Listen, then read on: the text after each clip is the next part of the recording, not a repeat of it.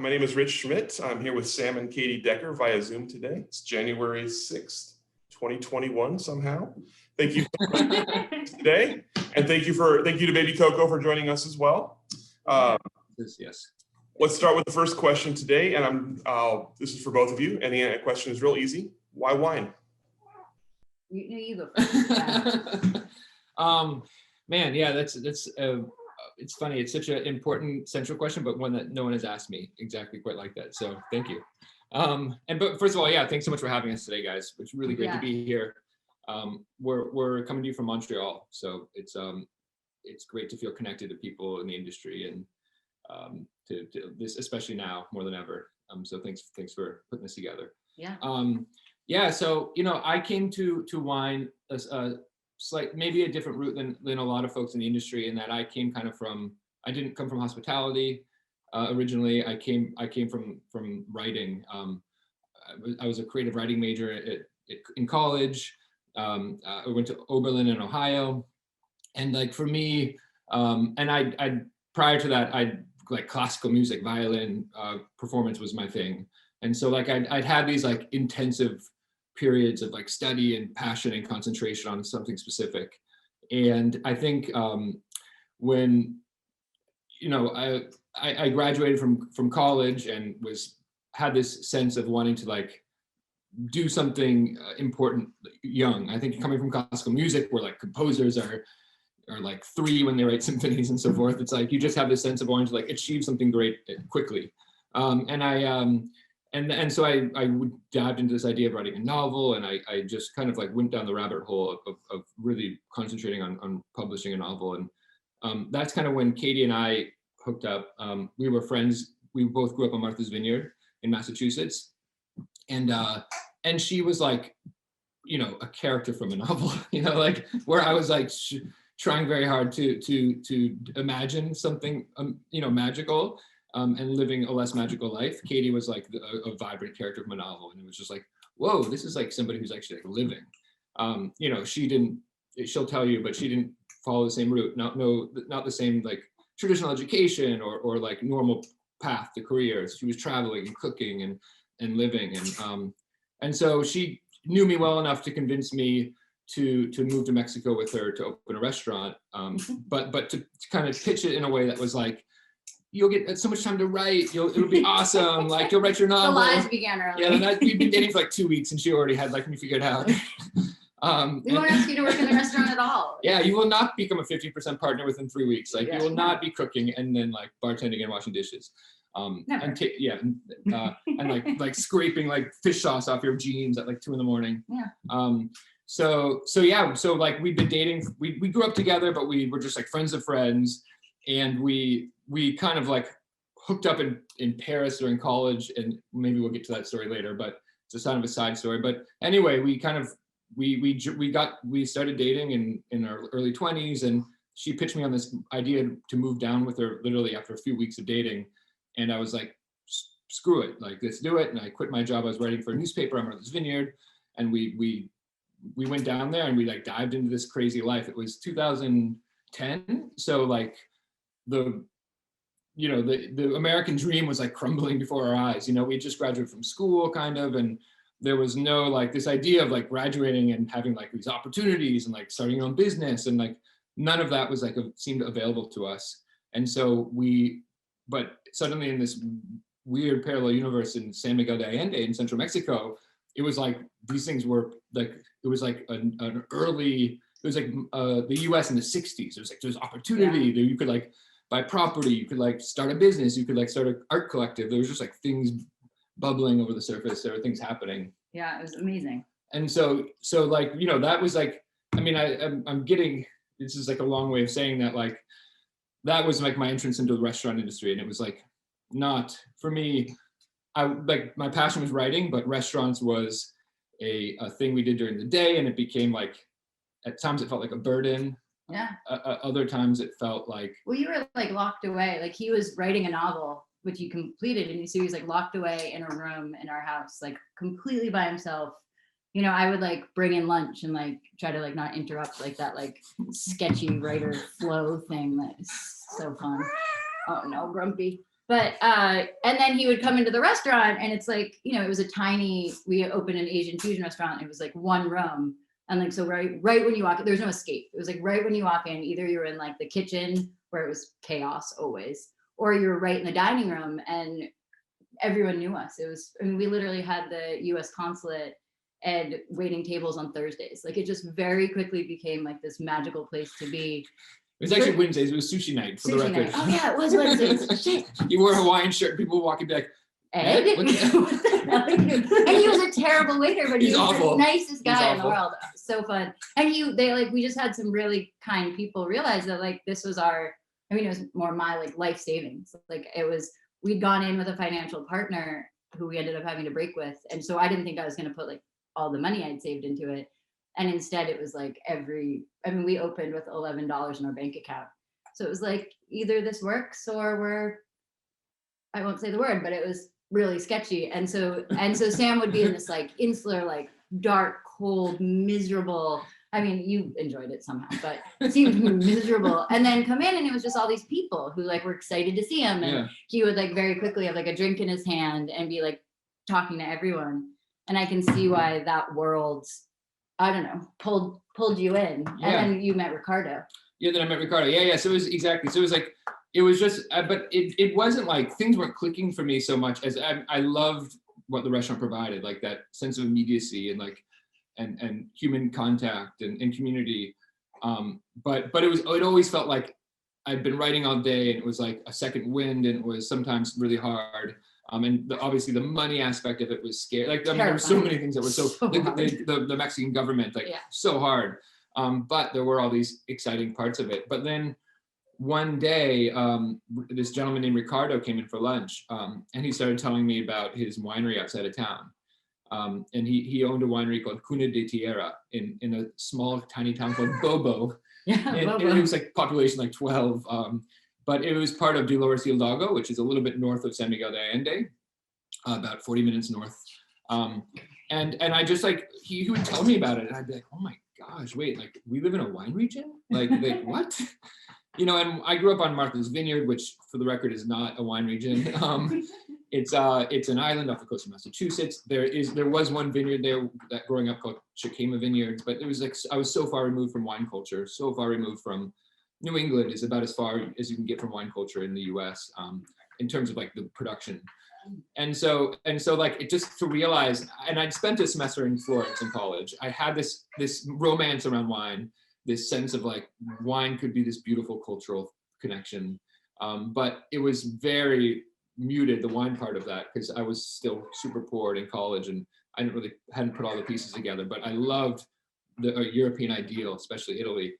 And so like when I realized I was in this wine region, I was like, oh my gosh, like, and so I guess I invited myself out there and I visited it. It was gorgeous. It was kind of like modern and it was just, there was so much, I immediately saw that it had everything that my life currently lacked. It was like this opportunity to like work with the earth, to like be connected to this agricultural product, to wake up early, to see the sunrise, as opposed like to see it late nights, very, very late nights. Because, I was burning the candle at both ends. I was writing rigorously, like the word count, daily minimums, and then like working all night. And we were leaving the restaurant at like 2 a.m. and the house we lived in was lovely, but it didn't even have hot water. So we would like heat up water on the stove and then like pour it over each other to shower at the end of the night. It was a brutal, I mean, and we didn't take a day off for like almost 2 years. It was a brutal Vietnamese Thai food. So it's like fish sauce and peanut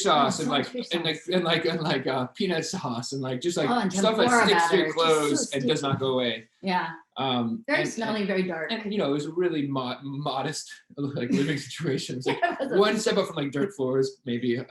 But it was so I went out to Ricardo's and it was just like the right time. I'd finished my novel, but I was working on revisions with the agent and but just like feeling like the color of life had like seeped out of my existence, like there wasn't, the more you write, the less you live at times, it's like, well, the more you try to really engage in a creative pursuit, like you're taking away from the actual experience of living. And all of a sudden wine was like vibrant, kaleidoscopic color of all those things that I was missing. And it was just like, it was immediate. It had this depth of things you could study and dive into, and like Yeah. it connected you to people. It was just like, it was almost like I was like made for it, but I just didn't know it existed. And to that extent, I didn't understand that world. And I immediately knew when I found it that like this could be something I could spend my life doing. Yeah, it really was instant. And when you enrolled in UC Davis, like instantly. Yeah, pretty quick. And it just like, and went all in. I mean, when Sam like gets a passion, it's like thousands of flashcards. It's like he's all the way there. He wants to know. Flashcards came a little later, but yeah. Well, they came quickly. And then the life fate, like. No, I mean, but you really like, you need something like the restaurant world just didn't do that for you. Like you never engaged with it in that like full way where you were like trying to memorize like every restaurant in the world. Yeah, like, certainly without the wine piece, it didn't all the pieces. Yeah. And then no question. So I like started reading like old, and he just was Ricardo was just this gentlemanly, old world kind of wine figure. I mean, he was from Mexico. So kind. His family owned like the gas station across the street, which was probably the source of all his wealth. And then he just had this beautiful, like just gorgeous modern winery that he was just building. I just really related to his mission because he was out just on his own, just, not connected to the industry in a meaningful way, but just passionate and hiring people from the community. His main winemaker was this guy who lived literally like with his family down the street. We'd go for lunch and eat like tamales and like the best of hospitality. Like you'd go over and like it was like the world would just stop for him, and he would put on these like beautiful spreads. I mean, it became our like go-to move when we had guests. It was like, like, what do we do with everyone today? Let's bring them out to Ricardo's. He will like entertain them and like just cover the table and like cheeses and opening bottles that weren't labeled, and it's like. And we camped out there. Yeah, we watched the eclipse. Yeah, just I don't know, coming from the restaurant world, it's like that's what I loved about restaurants. And he like showed that could be a part, because for me, like wine, it was almost like why not wine? Like I had a kind of jaded feeling about wine, having grown up, like I was a chef. So working as a chef, like I don't know, it was like right before the financial crash, like people would often like send wine back into the kitchen. It was like a thing. And it always felt like I had imposter syndrome, like the whole like pomp of it and like those ceremonies. Like it didn't feel like it was, honestly for me, it felt like I was like trying on someone else's life. And as a woman, it just represented a lot of like the restaurant industry that I didn't love, like the wealth and the like, I don't know, I really didn't relate to wine in a way that I was actively like didn't like it. And then going out to Ricardo's, it was the exact opposite. It was like everything I loved about restaurants without like the hard part of restaurants. It was like this beautiful and like all these kind people like just really getting together around wine, which is I grew up my mom was a single mom doctor, so I spent a lot of my childhood alone. We lived in the country. And so I loved how restaurants brought people together, and wine. Ricardo like really embraced that with wine. I mean, he was just generous and curious and like all those exactly. beautiful He was, things. And he'd ask you just like, he just would dive into your life. He was just a really amazing guy.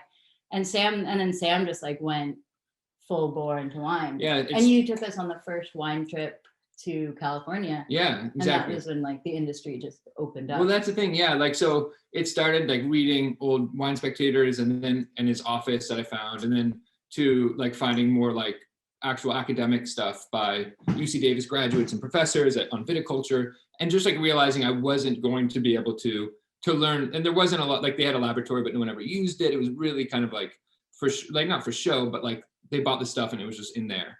And so like I realized that, and it was everything was in Spanish because it was just, we were in Mexico and there wasn't appropriately. Yeah, there were just, I was the only gringo there. And so it just, and so it was really like, I realized that to get more information and kind of like to contribute anything to this, like, let's see what I can learn. And so I signed up for UC Davis's kind of like winemaking certificate program. And that gave, and all of a sudden I was like back in my sweet spot of like studying and being able to kind of like learn something a little bit more academic. And so I love that. And then I was just like reading everything I could find, and like I was just going all in, and that's when I planned our first trip to California. And as like, my folks are from California, so I've been out there, but not in like the wine kind of sense. And I remembered, so this would have been, this must have been the year before, right, in the music festival. Yeah, so it must have been 2013, right when right when John Bonnet's New California had come out, right? Yeah, you were reading it on the plane. I was reading on the plane, making notes, being like, I can't believe this is happening, like so geeky and just like so loving life, because I was starving for it from like the 3-4 years of writing that novel, and I was still writing in my journal. I was still like writing, but now I was like writing something that was happening in front of me. It was so lovely, and so. But I just remember like writing in like the margins of the book, like we're gonna like picking the producers we're gonna go visit and like emailing them and just hearing responses from people like you know, the Are Not Roberts guys. Yeah, we went and saw them those. Yeah, Duncan, and you know, and so it was just like to realize that like you could read about these people and then they would respond to your emails and like you could go see them. It was just like magic to me. And C. Mathiasen, who was definitely featured prominently in that book, became like this, just like, yeah, like emblematic for me of like this whole cool new thing that was happening in California. And like, I think because I got into wine right after the crash, when everything kind of was changing in the industry and it was no longer about luxury so much, but more about this European ideal and sense of place, that to me like resonated. And I think if I'd been exposed to wine before that, I probably wouldn't have gotten into it. I don't think it wouldn't have connected for me. It really had to do with like that time and those books and those people. And so yeah, we went out there and we visited one of my professors. I remember. Oh yeah, we went out to lunch with her. We went to lunch with her. Yeah, early afternoon wine. Yeah, we drank like an Big Anderson Valley Pinot Noir and just like, and because it's the UC Davis program is awesome. It's really, you know, now it's the whole idea of distance learning, of course, has a different role in society. Yeah. But then it was I had never done anything like that, but it was really intense and the professors were really hands-on and I felt like I had a relationship with them. And so I remember we went out and had lunch with her and we had just been to see the Are Not Roberts guys and I had a bottle of the rosé, which is like made with what's the grape? It's like a Portuguese like Tortiga Nacional or something, but it was just like so vibrant and fresh and like amazing and mineral and like not fruity. And I just remember tasting it and just like, this is insane. And like I went and got it from the car and like I poured it for her at the restaurant. So yeah, and we were just in it and really excited and you know, and I went back to Mexico and kept working at the winery and kept doing the restaurant. And then we shifted and basically Katy's mom passed away and life brought us back to Martha's Vineyard. We sold the restaurant. Really suddenly. It was like overnight we were back in the States. And it was, you know, Mexico where we lived, it's literally like the best. If anyone hasn't been to San Miguel de Allende, well, don't go because it's already getting too like blown up, but it's just, it's the most magical place in the world. I traveled for like almost a decade looking for like the place that won my heart and also just, I mean, the people we were friends with, it's really the most magical place. But we went back to the vineyard, which is the other like most magical place in the world. But we went back in like November and it was an absurdly cold winter. And we were staying in a really good friend's beautiful house, but it's a summer house. So it was like not very well insulated and it was really cold. And we just kept getting snow dumped on us. And it was just a really bleak, kind of lonely existence after all that vibrancy and so that was when Sam decided to start a little wine school. Like the restaurant that he worked in as a manager, I was the first place I ever cooked. I started working there when I was like 14. I wasn't a manager yet. They hired me to do the wines. But yeah, well, I had worked there, like it was like my first, I literally like went in trying to like apply for a waitressing job, which looking back is so arrogant, but I went into like the nicest restaurant on the vineyard and was like, you know, a teenager, just like, I'd like to wait tables. And I'd literally put duck stickers on my resume. I don't know why. And I happened to hand my resume to the owner who was like, why did you put stickers on your resume? And I was like, yep, looking back, that's not the most brilliant. And so he sat me down and we ended up talking for like an hour and a half. And he was like, you definitely cannot wait tables here. You know nothing about wine or food, but you can be an expediter because you seem to like to kind of boss people around. And I was like, I do like that. I definitely do. And he brought me into the kitchen and it was just like, it clicked. It was the perfect job for me. Like, just like, I don't know if anyone, it's like most people don't know what an expediter does, but you're literally like the connection point between the front of the house and the back, where like the waiters only talk to you and you sort of like guard the chefs from like people coming in asking for like random things, and it was a blast. And I got to work right next to the head chef, and he just like, they were the owner, but they just took me under his wing and taught me, like began teaching me how to cook. And then we had a chef quit in the middle of summer. It was July 4th weekend, and we had one of the head chefs quit to go to a Dave Matthews concert. And which is like, on the vineyard, you have 2 months to make money. You really do. It's brutal. And so you know, as like an owner, you pay people to get that 2 months out of them. Like you pay for the shoulder season to train people up so that you have a staff for when you need it. And so Christian, like overnight, was like, how about you go back over there and start cooking? And it was terrifying, but it was the nicest kitchen in the world. The opposite of that, like screaming, mean, angry. Our head chef was this guy, Aaron, who remains probably the nicest person I've ever worked for. Just like so kind and slow. If like things got crazy, he'd just be like, everyone stop, let's take a breath. And you'd be like, I don't want to take a breath. There's like 500 days. He'd be like, let's just chill. It's okay. It's just food. It's just food. We're all calm. Like, I'm not. Okay. But it was amazing. And so I learned how to cook, and it was a perfect life for me because I would cook for 4 months, save every penny. I would work at another place in the morning. Like I would open the store alleys from like 6:30, hitchhike to work at the restaurant, and then I could travel for 7 months. And that became my life for like 10 years. And when we went to San Miguel, it was the first place I was like, I could stay here for more than 7 months. And we opened the restaurant. And then being back on the vineyard, it was just like, I don't know, there's a little bit of that New England Puritan, like, it's like in Montreal, it gets cold and like there's more people in the parks. It's like we had to buy our daughter like a 1-piece Eskimo suit to get her to go to camp, because like we weren't very good at winter yet. But on the vineyard, it's like it gets a little chilly and everyone goes inside and hibernates and gets lonely. And so Sam started a wine school, and we would do it together. I would cook, and Christian, it was in the restaurant that like I'd worked at when I was like a child, and Sam ended up working at first during the wine program and then as a manager. And the owners, Christian and Greer, they've just been like some of like the most important people in our lives. Like so much of our lives have been like them putting us on like the path to like having a happy life together. Sure. And so they just gave us the restaurant, like this huge, beautiful Victorian millions of dollar restaurant to like do wine school in. It's like, why wouldn't they? And it was unbelievable. It was really fun. And people would come. It was supposed to be like, what would that be called? Like when it's like first class, second class, like cumulative, or It was supposed to be like you just go to a single class. well, no, we had like the wine 101, and then people just kept repeating, like it'd be like, you've already taken this class, like it's the same information. They'd be like, yeah, we just like to be here, like it's lovely. And like people just would repeat the classes, and we kind of realized that we worked well together in this world too, which is nice. Yeah, exactly. And and Atria, so the restaurant that she was mentioning is called Atria, and it's in the town of Edgartown on Martha's Vineyard.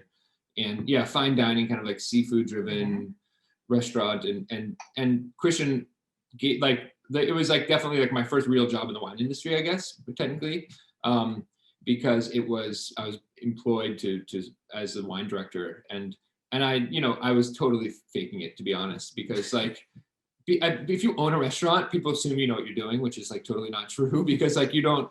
There's something about like working your way up that like you learn every piece of it, and like by the time you get somewhere, like you deserve to be there based on the knowledge that you've acquired. But whereas like I just like by when Katy and I opened Oko in San Miguel, it was the first time I'd worked in a restaurant, Yeah. And so all the people who went to Oko are shocked, because we definitely made up the backstory that you had worked in restaurants before. Like we've just broken a lot of people's hearts. The truth comes out. No, I don't. I mean, by the end, I think maybe there was an imposter syndrome in the first like 6 months, but like I think we owned it very quickly. I certainly did. Yeah. And so and then so Christian hired me to be the wine director at this restaurant, and it's like the most serious wine restaurant on the island, and it has this wins awards by Wine Spectator and things like that. And so it's a run. You're running it. I wasn't in a city, so I wasn't like in New York, so I wasn't, or in San Francisco or Portland, so I wasn't like connected to this kind of like well-known wine community. But I was still serving people who are like, like big, like very, you're the same kind of clientele, because they're coming from New York and they're living on the vineyard in the summer. And so, I was running a wine program where I'd spend, a few $100,000 in the spring and buy, you know, it was like it was a big crazy to get the keys to that cellar and for him to just be like, yeah, like write the wine list, you know, like like I was a wine buyer immediately. And like, that is just, I think having been in the industry for a while since, like realizing that that's pretty rare. Not just, I mean, for many, it's like even being on the floor talking about wine and having the opportunity to spend your days and nights doing that is awesome and something that is deserving of like, you know, really like, you know, reverence, because it can take a while to get there. And because of the weirdness of Martha's Vineyard and the smallness of it. And Christian's amazing. Really, yeah, he's really good at that. Like, I feel like Christian, that's his like thing, is he doesn't go with like the person who like is the obvious choice. He picks people with like his heart kind of. Yeah, yeah. This is somebody who hired 2 Serbian girl chess masters to be his expediters in the year.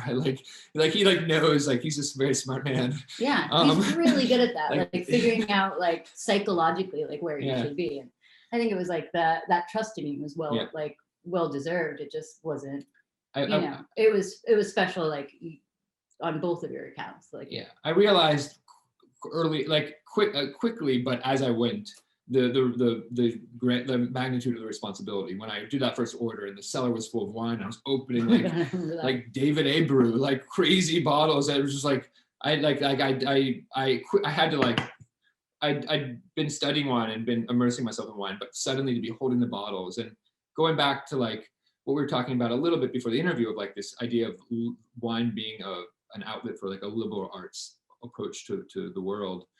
Like that was a dream I had in my head, but it never really had played out for me yet. But being a sommelier, that was what it was.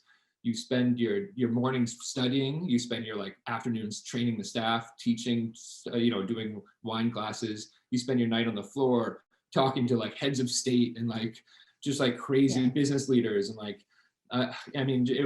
or just beautiful, just families and from the island but talking about wine, and just like sharing the stories. And then you get to go down to the cellar and do the cellar work at the end of the night and break down boxes and set things up and organize it and be systematic and then write the wines. It was just like this, it was like the perfect job. It really was. And I felt like I really found my spot in the universe. Yeah.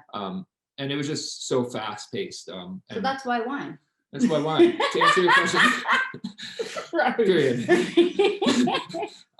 So we really took that like meandering. Don't feel like you have to stick close to the question. But yeah, that takes us up to 2014. The summer of 2014 was when I started that job, and I ran that program for 5 years or so, and 5 seasons, and became the general manager as well. The manager left after my first year, and they're just like, "Do you want to also manage?" And it was like, it worked out really there were well, like 3 people doing this job that I little by little kind of took, kind of just like kind of added to my set of responsibilities, and we brought on other people to do other roles, and it was definitely a team effort. But it became just as Christian and Greer, they're the best, and working at that restaurant has given me the foundation to do everything we've done since. So and so that kind of brings us. I don't know if you wanted me to go beyond that, but that's pretty much why wine. Yeah, sorry. No, no apologies. That's perfect. Before we go on, before we pick up, I do have to ask though. So where you have the you travel, Katy, you're traveling around. You're looking for all the perfect place to be, and you find this place in Mexico that you love. But where does the idea to open an Asian fusion restaurant there come from? Oh God! It's like I didn't hear anything you said after that. I've just been wondering that. That makes no sense. No, I'd been working for Christian, and I mean, geez, it's also crazy. But the first time I went to Mexico, years are impossible for me. I'm terrible with names and years and a lot of numbers. But anyway, the first time I went down to Mexico, it was a really good friend who, in the mornings, I was opening this little general store called Alley's.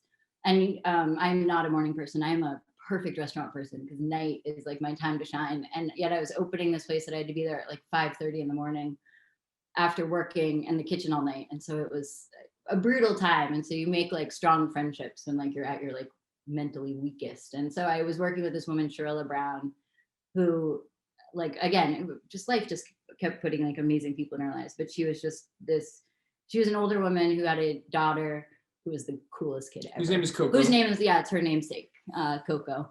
But just like mother and daughter, just like the coolest little family unit. And I'd been traveling, and I was in Tokyo, and I flew back into New York to like start the season. It was always just cheaper to fly. Like if you're going anywhere interesting, to fly to New York rather than Boston. And so I flew back into New York, and I called Sam, and we ended up going to a New Year's. Oh, I guess it wouldn't have been the season. I was probably going back because I think we went to a New Year's party. We went to some big party together. And that night, randomly in New York, I was staying with my sister, and I got a phone call from Chirilla asking if I would go to Mexico again with her, because very sadly, Coco's father had gone missing. It's really, really sad. And so she wanted me to go and not babysit. Coco was like a teenager, but just go and be like an extra adult. And I agreed, and we went down. And while we were there, I super fell in love with the town. And then she had to go back. So in that, Coco was supposed to inherit a house. Like her dad had really amazingly really wanted her to have a strong connection to San Miguel. And so he bought a little house and wanted to leave it in her name. And so a few years later, they were still dealing with all the court fallout of like him passing away. But yeah, so I went back down a few years later, and the house was about to be like transitioned, but like they needed someone to occupy it. And so I volunteered to like occupy the house in her name. And while we were there, a friend of Chirilla's had like this big space for a restaurant that had been sitting empty. And we were like walking in the Jardín one night. And he was like, "Do you want to open a restaurant?" And I said, yes. And that was the relationship that ended up falling apart. We just had very different philosophies on everything. And so we went down, and while we were there, you know, I'd been working in the restaurant industry for years. And while we were there, it was Thanksgiving, and some good friends of mine from the restaurant industry called me, and they were like, "How you doing?" Like an innocuous question. I just started sobbing. And I was like, "It's really bad. And like our partner like won't even buy silverware." And like, it was just way too much for me. And Sam was still like writing at that point. So I was really on my own. And they like the next day bought tickets and flew down to San Miguel to help me. God. They paid their own way. Chris and PJ, shout out. Yeah, Jesus Christ. They came down. I mean, I didn't ask. They just came and rented their own place, like used their own money to rent a place, and then took on, and then we ended up having to find a new space for the restaurant. And then like my best friend from childhood, like took like 7 buses, and like she came, and then we just like had this like, I mean, people thought it was hilarious. I think it's why the restaurant, a lot of people came, they couldn't figure out who the hell we were. And then we had a friend from Scotland come and bartend. She'd won all these like bartending awards in Europe. She made, honestly, to this day, the best drinks I've ever had in my life. Oh my God. But we just had this like posse of people that came to help. And so we ended up leaving the space that guy had offered us and finding our own space. This gentleman, Paul, who was a photographer for like Vogue and stuff. In like this early 80s. In the early 80s. And then it's like he saw like a sign on a little, and like the opposite of what we'd imagine. We'd imagine being like the historic downtown, all these gorgeous buildings, cobblestone streets. And instead we were in like a plaza. Plaza Alhóndiga. Yeah, as our first manager would say, the best of Plaza Alhóndiga. This hilarious, like, you know, like there was like the big supermarket, and like, you know, it wasn't the dream, but, and then we just did everything ourselves. We'd already spent a bunch of money at the other location, and I had a very fixed amount of money to do this. And so like we rented scaffolding and painted the whole thing. There's pictures on Facebook. We like, to do our sign, we literally like shone the headlights of the car at the building and projected the image, and then got up on top of the car. On top of the car, and then got a huge ladder and like drew it in pencil and then painted it. And we were so young and like ridiculous looking that like the owner of the plaza like was very, very hesitant to rent us this Extremely space. Nervous. So nervous. Just like, and he was like, "Do you have parents? Like, do your parents have a house? Like, do you have anything you can put up as collateral?" Like, it was so funny. And so it was just like this crazy thing. And then literally overnight, we were so lucky. The restaurant just like filled up with people. And that same manager would come in and just like teary-eyed be like, "Felicidades, like congratulations." I remember him working his way through the crowd like the second week and just being like, like looking around, being like, "Felicidades." Yeah, it was like his teary eyes. He was so sweet. And he's the most sweet man ever. Yeah, it just like everything just kind of worked out. Like, but just having that huge group of people that came down to help us. If they hadn't come, I probably would have given up, to be honest. And it was didn't start to kind of, so I keep going with the story, but it didn't start out as Asian fusion. We were going to do a Moroccan theme, and we painted the first location. We had a gentleman named Bruce come in and paint murals and like beautiful like Moroccan inspired murals, and we were working on the menu, and Katy more than I, as again I was still kind of in writing mode, but like more as an assistant, and then we switched to Asian fusion. Like we had an epiphany at like the Sayulita, the surf town, and we're like we just had like a we just the space didn't have electricity, and like our whole little posse of friends was getting a bit like, this is hell. They're like, wait, because Mexico, why are we here? San Miguel is like in the mountains, 6,500 feet elevation. It's a high desert. It's beautiful. If the sun is out, it's 75. It's like the most perfect place in the world. It's dry. It's bright. It was an artist colony, and it's going back to the post World War II. And but it's cold. But if the sun's not out and it's February, it's like like 40 degrees, and like you're like, why am I here? Why? And there's like no one prepares for that. Like all the houses are like meant to be like open, and there's no heat. And so our team was like a little like peaked, and and so we ended up like just bringing everyone to the beach for like 5 days and rejuvenating. And while we were there, we realized that like Moroccan maybe wasn't like the most intelligent. Because it was going to be like little like meze dishes, and kind of Christian actually was like, don't do tacos. What are you doing? Like, have you learned nothing? Like, no money. Like, it's such a bad idea. And so we went to Asian, because Christian like had traveled in Asia. And I lived in Vietnam, or not lived. I traveled in Vietnam after college, and Katy had lived in throughout Asia and Bali and Thailand, and so we kind of put together. It started as a Vietnamese noodle bowl place, and then it grew into Thai and all sorts of stuff. But I'm trying to get in the burp. But so that's kind of, and it just kind of like started out as like pho and noodle bowls, and grew into, we did live concerts. We put on money. We put on Hedwig and the Angry Inch. That was so good. It ended up going to like the biggest film festival in Mexico. I mean, our roommate was Hedwig, and I saw Hedwig on Broadway, and I can say like on Our Children's Lives that Seth was a better Hedwig than Hedwig on Broadway. Sorry, Hedwig Broadway person, if you're randomly listening to this, but they were. But we did like, we did these like themed concerts, and that's what I loved about Mexico. It was like anything, you had to be careful what you said you were gonna do, because a swarm of people would show up to support you. Like, we literally drunkenly one night said we wanted to do I said I thought the town needed a music festival, and we were at this like terrible new bar, the Dos I'm not gonna say what bar, but this terrible new bar, and having a dance party, and I like kind of like put out there should be a music festival, and then a few days later all of our friends showed up with like clipboards to like start taking notes and putting it together, and within a few months we had a music festival that Lorde headlined, like in the oldest bull ring in Latin America, like with a team completely, no one got paid. You can fact check that. You can fact check that, but like no one got paid, and we had like 22 bands in like a million locations, just because, I mean, it wasn't me, it was like this team of people that just like, everyone supports each other, and everyone has like gone there to like, it's like people have moved to San Miguel because they want a life that's more than just work. It's about community, and I don't know, that's kind of what we want to do with this project, is make it more than a marketplace. But like everybody, the pandemic has made it a little harder, but we really want to do these like big events where we bring everyone together and like make it like, we really like the idea of starting a company that, well, it used the internet in a way to like sell wine because it can reach anybody.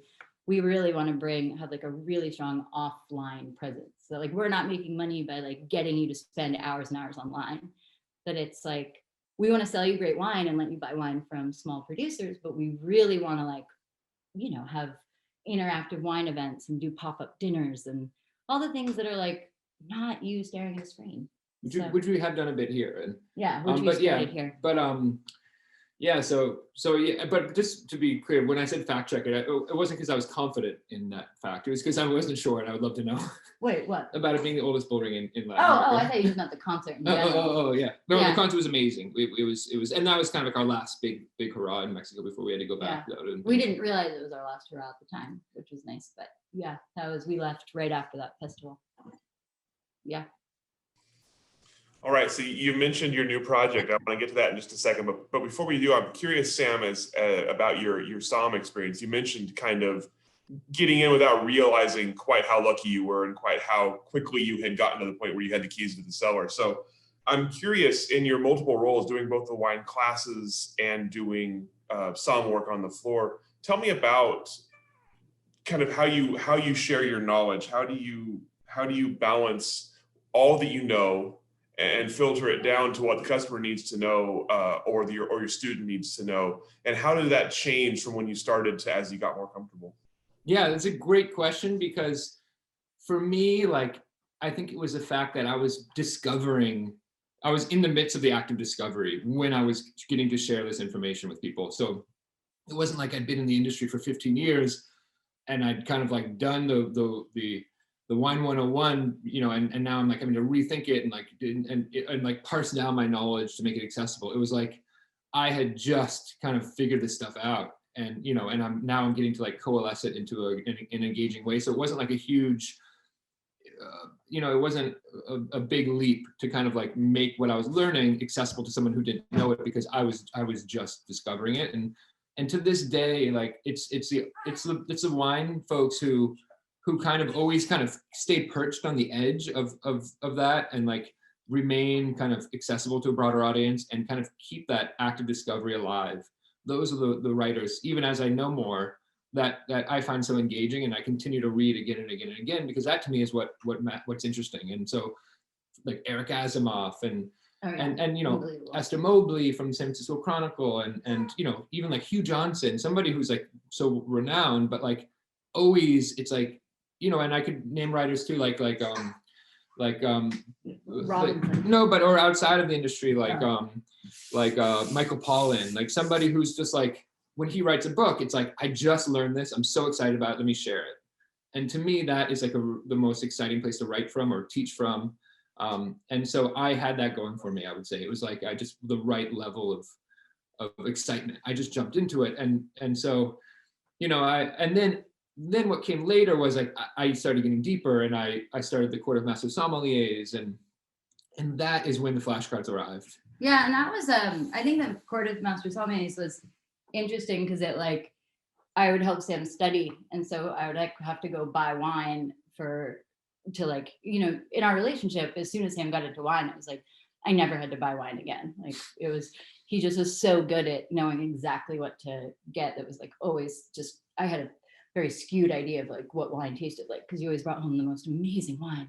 And then all of a sudden, so he could do the blind tasting, I had to go buy the wine, and it was hellish. It was just a horrible experience. It was standing in our liquor store, and the guy who worked there honestly was so kind and really tried to help me, but I think we were at like an equal knowledge level, and so we just like, it was, and it was be very specific thing, like he'd want to be able to like compare. I mean, I can't even remember what the purpose was, but and then all of a sudden I watched as like, because I would work at the restaurant when they needed like an extra server in the shoulder season. Often you're like pulling in wine dinners wine dinners, and I would watch him, like the way he was talking about wine to people really changed. And all of a sudden, rather than like his literary background, like telling these stories about the people, he was throwing down these like facts that made like people were just, you could see they weren't reacting in the same way. It like made them feel intimidated rather than like inspired. And like the things he was memorizing, just like, because he would practice his flashcards, and like I would like quiz him, and it was like, why the hell are you bothering to memorize all this stuff? Like, what is the purpose of this? And it really, I don't know, to me, it just like, that was when I think we first started talking about like wine from like a more philosophical, we started to really talk about like, if we had started something together, like what would be the point? What matters? What matters? Yeah, like instead of like why wine, the question is like what, like well, but like why wine? Yeah, but like wine, why does wine matter? Like why does it have a right to have this like special place in our hearts? And I don't think for either of us has anything to do with like blind tasting and like this like sort of like becoming this expert where you're further separating yourself from the pack, where it's like, I can do this thing that no one else can do, and that makes me special. It's more your ability to like bring other people into it. So it's like, and that's what you were so good at, I think, because you you are a writer and you're really nice. You like always made people feel, I mean, my go-to move, like people would come into a tria and I just like, I have this one couple very specifically in my mind, but they like, people would come in and they would, you know, wine listed is an intimidating thing. And like one thing that Christian always did really well was it's a very fancy restaurant, but he made anyone feel welcome in there. And it was really important, I think, to, and especially to Greer, I mean, like the owners, they really wanted people to feel like if this was like the one night you were going to go out in a fine dining restaurant because it was your anniversary, they wanted you to like feel as welcome as like the people who could afford to eat there every Friday or something. And you were so good at that. Like people would be like, oh, I don't know anything about wine. I'll just have whatever. Be like, no, let me get the sommelier. I've never met your man, but you know, he'll get you something that you'll really like. And you would just talk to people about wine in this way that it like removed all like the veneer, like all the scary part. It just like fell away. And I felt like the Court of Master Sommelier was like undoing that a bit for you. Yeah, I remember you. I was having a lot of conversations about that. Yeah. And just feeling like, you know, like, yeah. I remember like, you not letting that go at all.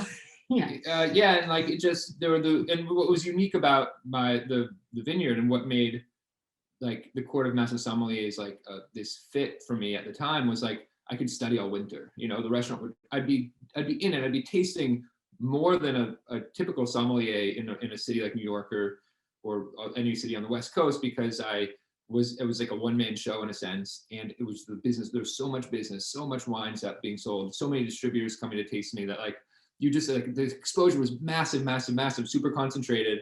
And then it would be like that, it would be silent, and it's just like, all right, time to like crush the flashcards, time to like visit wine regions. We'd go to Europe and we would really like spend a lot of an inordinate amount of like our income on like silly trips like to Portugal, like which was amazing. You should definitely go. But yeah, and then just like it was, and so but I think that we, you know, but to kind of to answer your question, like there was those first few years where it was just I was engaging with people like just one step ahead of them in terms of like what I was really uncovering and learning, and could turn around, unlike a novel where it's like you're writing to an audience in the future 5 years in advance, and polishing it and rethinking it. It's like I would like show up and be like, all right, we have a wine dinner for like 40 people tonight. We're doing like, and I could just be like, all right, we're gonna do Sicily, and then you know I built a Squarespace site for the website, and we were selling tickets in advance, and I would kind of like put together my thoughts, and it would be like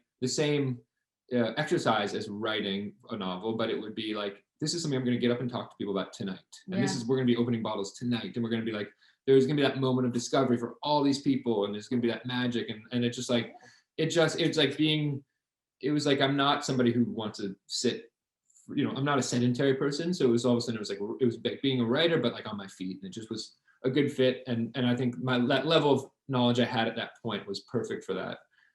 And then when I did go deep into the Master Sommelier thing, that is when like I started noticing a disconnect, and I was moving further away from like the things that mattered and the things that were accessible to a normal wine drinker, and I could sense that becoming dangerous and less exciting to me. And then just the court itself wasn't a good fit for me in terms of like it just they kind of like, the higher you get, they kind of like just polish away all of things that make you unique as a person or as like an individual, and you find yourself just like working so hard to conform to this ideal of a sommelier, and it's just like so much work and you lose so much, in my opinion, as there's more loss than gained. And so and so I got to like as far as doing the advanced course, I think maybe that was 20, I can't remember the exact year, but 2015, 2016. And it just, at that point, Katy and I it was like, do I do the advanced exam? It's like a winter of flashcards or a winter of like building something with Katy, that's things that we actually believe in.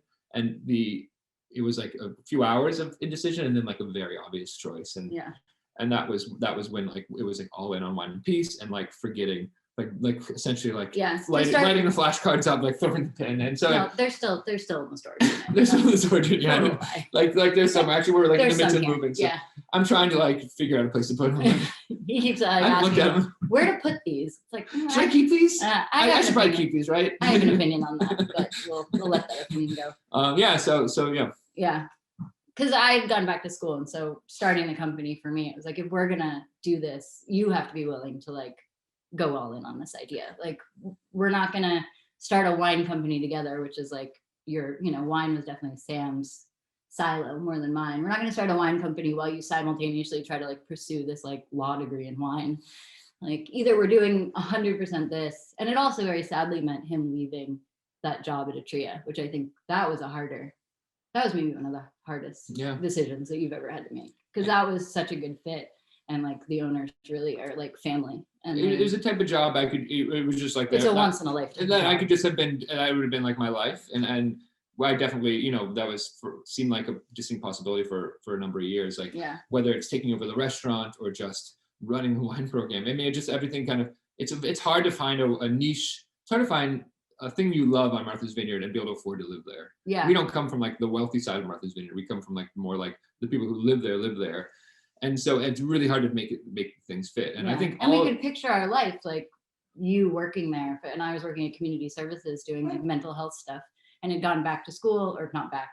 I'd gone to school for the first time in my 30s to get a degree and do like psychology. And we built a house. I mean, we thought that was our life. We had our first kid, and we like thought that the rest of our life was going to be spent living on Martha's Vineyard, like working in those two industries.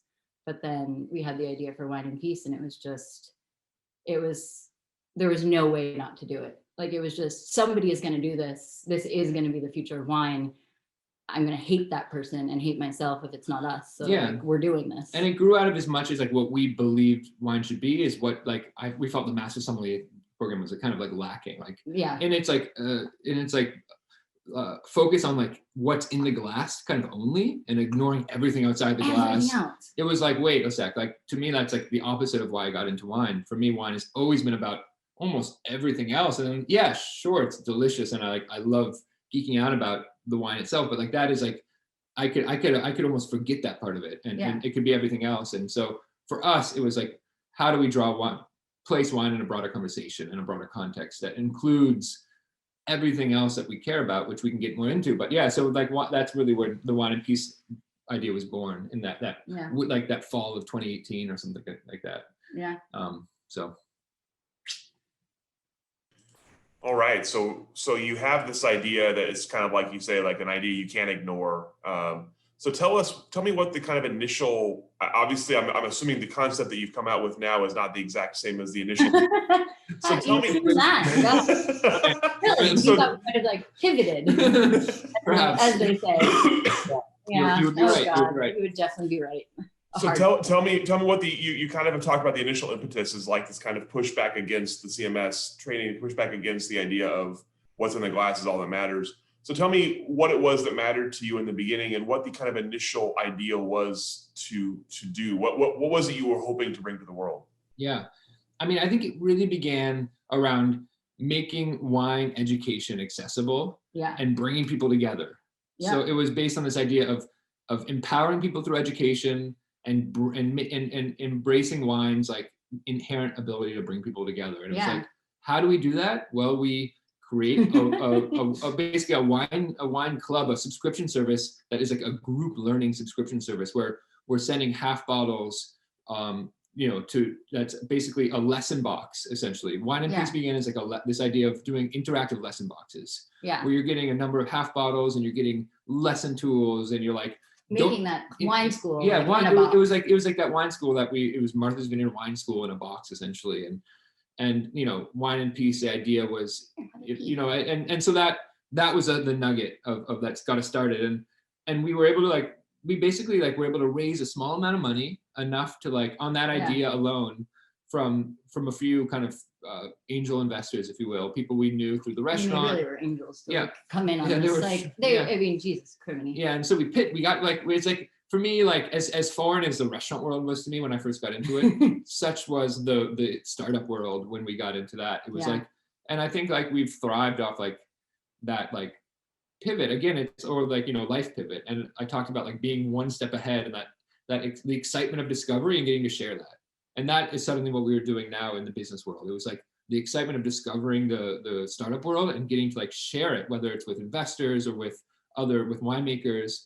And we were on another journey. And that was like, now we were like getting to jump into it. And Yeah, and I so- was on maternity leave. I was like, we had just had our first kid, and I was on maternity leave and like started writing like our business plan and like used that time. And then it was Sam had these amazing, I mean, we had some just incredible, I'd done TEDx Martha's Vineyard on the vineyard for a few years. And one of the people I met in doing that was this guy, Christopher Celeste, who's his daughter's actually become like one of my absolute best friends. But at the time, he just came on to very awesomely support TEDx Martha's Vineyard.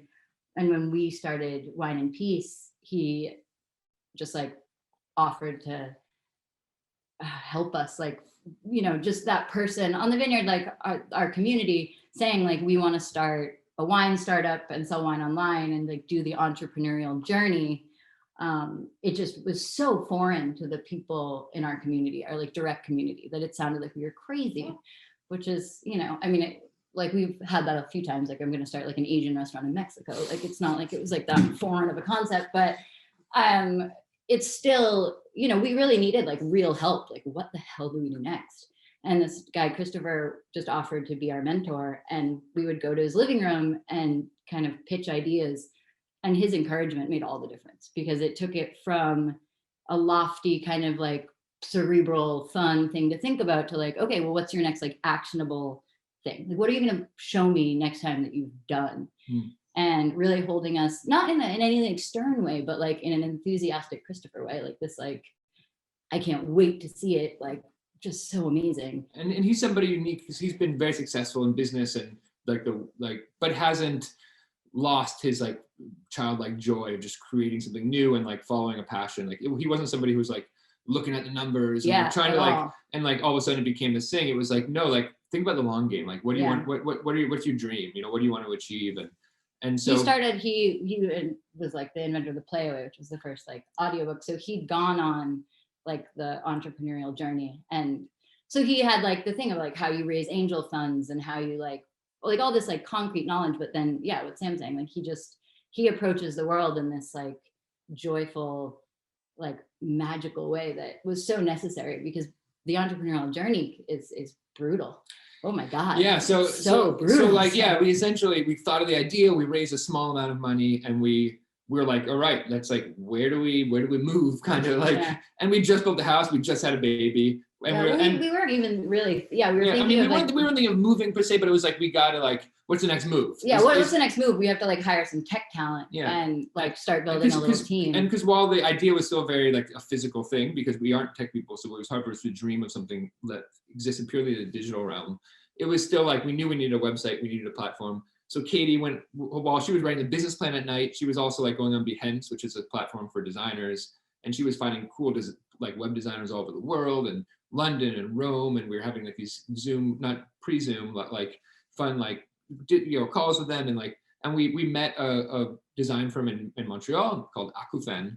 And they seemed amazing. They were a design soulmate. They love wine. They like they had done work with like Lucky Peach, yeah, David Chang for some of his websites, all his Momofuku restaurants, and for the websites. And we just like, we hit it off. It sounded great. Montreal seemed cool. And they asked us to come down here to do like an initial, like, you know, like see if we were a good fit. I will say that we'd been to Montreal the winter before, because Katy, as a Christmas present, bought us tickets to Montreal in February because they're like super cheap. Okay, all right.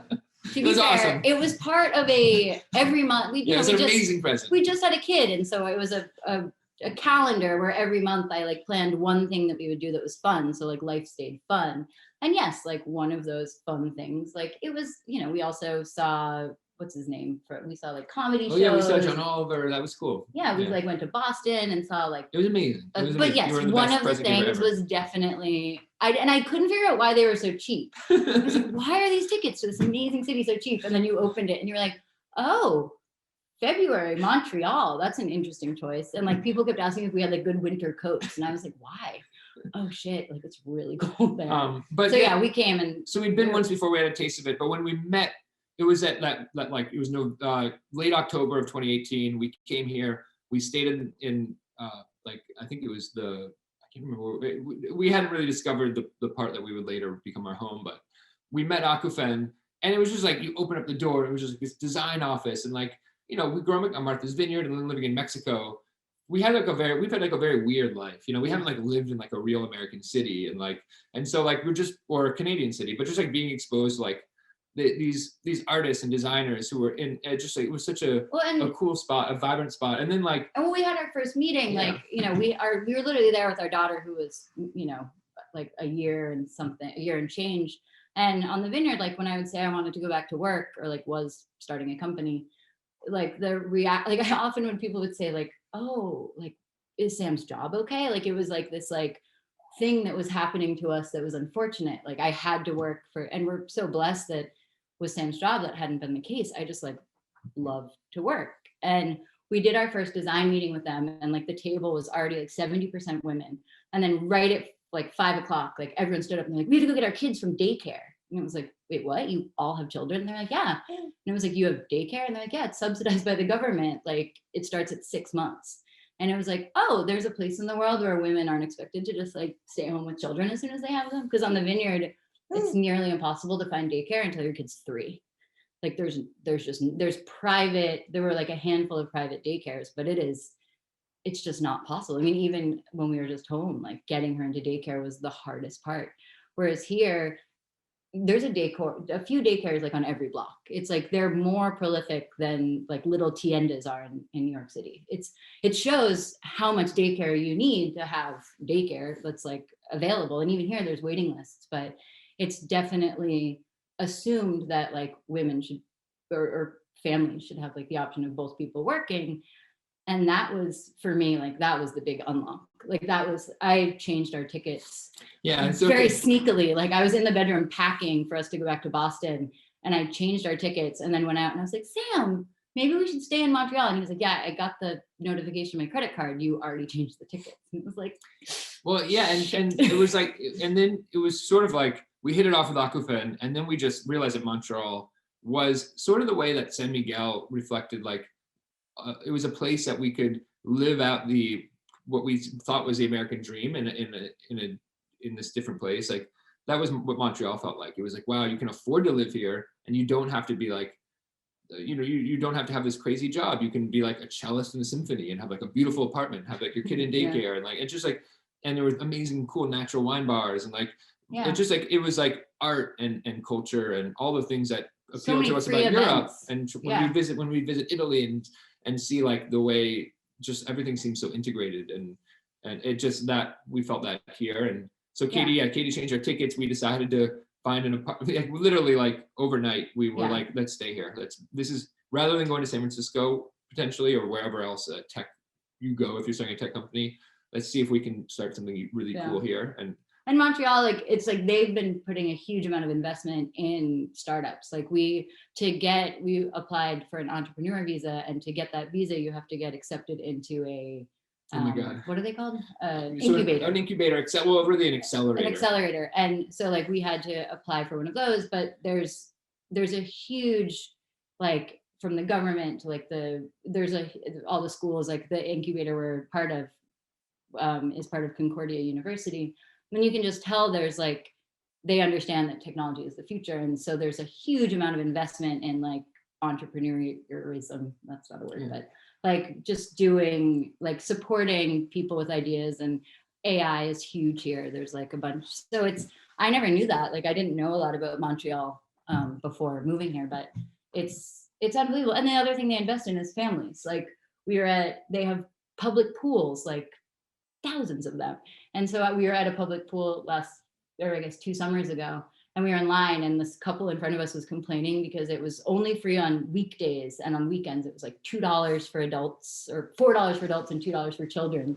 And they were like, how can it not be free on the weekends? And I was just sitting there thinking, on Martha's Vineyard, that would be like $22. Like you have no idea. And like every weekend there's like another cool thing going on in the parks. It's completely free. It's like, how do we enrich life for everybody using like tax money? And it works out really well. I'll say that it's a great idea. We're doing a terrible job. Just the idea of being able to hire first few employees and like pay them a living wage and like give them benefits. Like we just like didn't see how we could fit the pieces together sustainably in an American city that we really, that had that same degree of culture. and like tech talent and like you know, all the different things you need to put together a company like this. And yeah, that's really true. Like it was really important to us that we weren't just like supporting the ideals we cared about in the wine industry, but that our company reflected those ideals. So that means healthcare and childcare and living wage and bonuses and putting money into like, you know, savings accounts for retirement. My stepfather very sweetly was saying that we have to make sure we do that for everyone. But it's like, you know, it's how do you do that in a way that like you can still have a profitable company? And it's like you moved to Canada. Yeah. So essentially we built this house, we had a baby, and my parents were like, okay, they're here, they're gonna live on the island, this is gonna be awesome. Yeah. And then like it was November, it was like 5 days before Thanksgiving, and it's like, we're moving to Montreal, guys. So we like loaded up the U-Haul. We've got, you know, we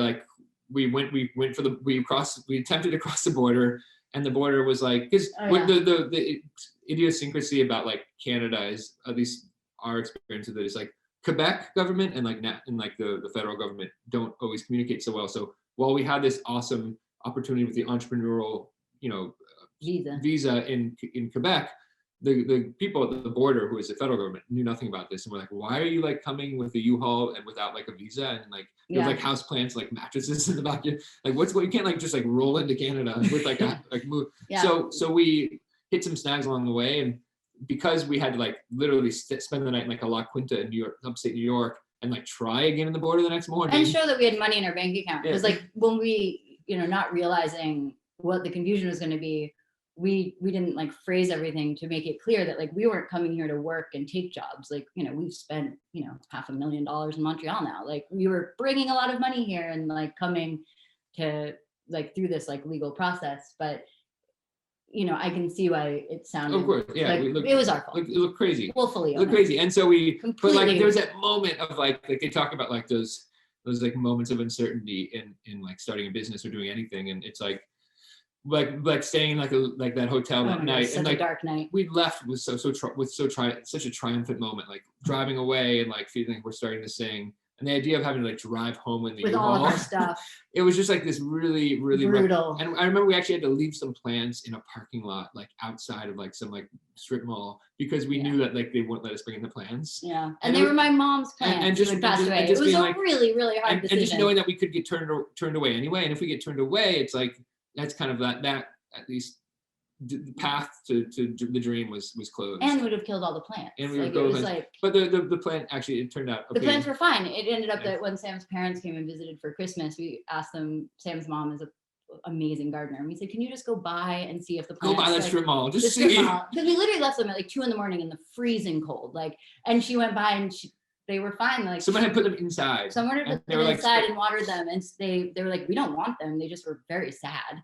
And so she was able to collect them all, and they're living happily in Sam's parents' house. But like, so we arrived to Montreal. We like literally had to find a babysitter online. Oh yeah, because we were a day late. Because we were a day late to pitch the incubator. Because if we didn't get into the incubator, again, we couldn't do the visa. And so literally, it was a through Concordia called District 3. It's an accelerator program here in the city. And like we had to like stay in a hotel that night because we didn't have time to get into the apartment. Yeah, we thought we'd have like 2 days to prepare for this thing, and instead it was like, you know, we literally like, I remember running to the pharmacy to buy tights because like, and like you going through the back of the U-Haul to just find like anything we could wear that like wasn't what we'd been in for like 3 days. Yeah, and so we just pitching it on the fly, just like having a slideshow, but being like, and we will describe each slide as we go through because I don't remember what's on here. We made this months ago.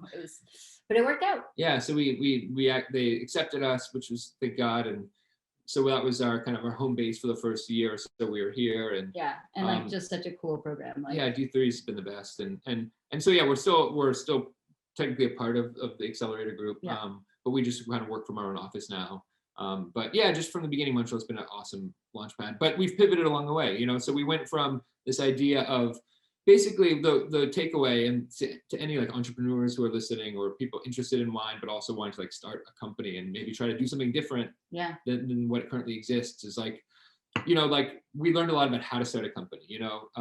And one of the main things we learned is it's the right way to do it isn't being like, you know, it would be cool, and then being like, let's do that. It's more like trying to like find problems that exist within an industry and like how to solve them, you know. So what problems are currently exist in the industry, and what can you do to kind of like Yeah. What can you build to like best solve that problem? And And that so was the opposite of the way we'd approach it before. And D3 encouraged us to do interviews, and we thought we were doing interviews about our idea, but like we would just do these. I mean, we did over 100 interviews where we would just do these rambling. I'd call winemakers. I'd carried their wine at the restaurant, or like just read about, or like dreamed of meeting or reading about. These are like my heroes. Like when you're a wine director in a small town in not a major city, you like don't get opportunities to connect with these people in real life, and you read about them, and you drink their wines, and you teach people about them, but like you don't really think of them as real people. To that, I mean, they're these like kind of they're celebrities a little bit, at least to me, and so we just started I started cold calling them, and I remember Renee from 100 Suns was one of the first people I called, and she was like so nice, and like and I just started asking people questions and trying to learn about Sam from Idlewild in California, and Jared from Donkey and Goat, Jared and Tracy. I would just call people and be like, what are your struggles, And we also called a lot of like. Oh, of course, yeah. But and we sat down with consumers here, and like we just talked to so many people. On the winemaker side, though, what was so interesting, it was like the relationship between a sommelier and a winemaker is like it can be great. You can go out there and visit them, but there's always like the distributor between. You have to like write the distributor and be like, can I visit this winemaker, or can I call this winemaker? And they hook you, they set it up, and you feel special, and you go out there and you visit them. But there's always like a performative aspect, because you are a customer of that winery. If you have a great visit, you order a bunch of their wine, and you teach people in your community about them. And so there's like a relationship that exists between sommelier and winemaker that includes a distributor, and also includes a bit of performance, or at least there's a certain dynamic to it. Whereas all of a sudden now it was like, tell me about like what it's like what you're like, give me the down and dirty. The down and dirty, like I don't want to know about how awesome it is to be a winemaker, like how beautiful and pastoral. I don't want the romance. I want like what are your struggles, And that was so cool, and like so like so just that, and that like has influenced so much since, because it was like so much about what our mission is to like show like a more authentic, real side, like a relatable side to winemakers, and they're not just these kind of like two-dimensional like icons who make wine and that's all they live and breathe it. They're also like picking their kids up at daycare, to Katy's point, and like having side jobs and like scraping by. It's like such a and that was something I hadn't realized to that extent, was how much of a struggle it is financially, and how tight things are. And so one thing what we started hearing again and again and again was like direct to consumer. Yeah. And it was like, man, if I could just sell a little bit more direct to consumer, or a lot more, I could like buy that truck. I could like take that vacation. I could just like take a little of the pressure off. Yeah. And we started realizing that like the system, the 3-tier system and the distribution system was, for small guys, a real could be crushing, because like it just the amount, the margins just get so tight when you're selling to a distributor who's then selling to the retailer who's then selling to the customer. It just was you can talk to somebody who to you is like killing it, like they're written about in books and magazines, and their wines are sold throughout the country, but like they're the small business owners who are struggling. Yeah. And that was like such an eye-opener for us. And ironically, like when Sam was studying for the Court of Master Sommelier, and I was in school, I was working in a paper and was writing about Etsy. And I was like, Sam, like, why isn't there an Etsy for wine? Like, why can't you make an Etsy for wine? And we looked into it a little bit and found out like Amazon was kind of working, or like had something like that, but that like someone connected us with a lawyer really quickly. And the lawyer was like, yeah, Amazon's doing it. Like, don't touch something they're doing. And there were like some other issues. And so that was like, so we're like, okay. And like, we looked into it a little bit, but we were working in the lesson box, and like, there was the momentum, and we'd raised some money on this idea. So like, we weren't quite as comfortable with the idea of like pivoting yet. And so we just put it away. But then after our Portugal trip, and like when we were doing all these interviews, it just was like this idea that was just there, and it kept like coming back. And then we got that phone call we had another phone call with a lawyer in the wine industry who was like, yeah, so Amazon, because they bought Whole Foods, it's they can't do it anymore. Like, they can't hold both the direct to consumer license and the other license. So he was like, so go. do that idea. Like, and to oh me, my God. coming like, from the industry, and when Katy mentioned it and like kind of like had that light bulb moment early, it just seemed too simplistic to me. Like being in the industry was so complicated. Like it was just like no way. Like clearly someone would have done that if you could, and like blah blah blah. And so we just kind of like, and I love the idea of education. I don't want to lose that. But what I was more comfortable with completely changing like on a whim. Like I was like, whatever, like we've been working on this, let's do this. And Sam was like, and you know, I was like negotiating half bottles and like all these things. But once we we realized too that we could infuse education into this idea. And so literally in that year of interviewing not just winemakers but consumers and realizing that the wine buying experience was also pretty crappy for a lot of people. Yeah, when I kept coming home with wine for his education, he'd be like, yeah, that's great. That's just like an industrial produced like every time I disappointed him. Like I never once brought home a wine where he was like, yes, perfect buy. It was always like the unveil after like the blind tasting. And he'd be like, oh, yeah.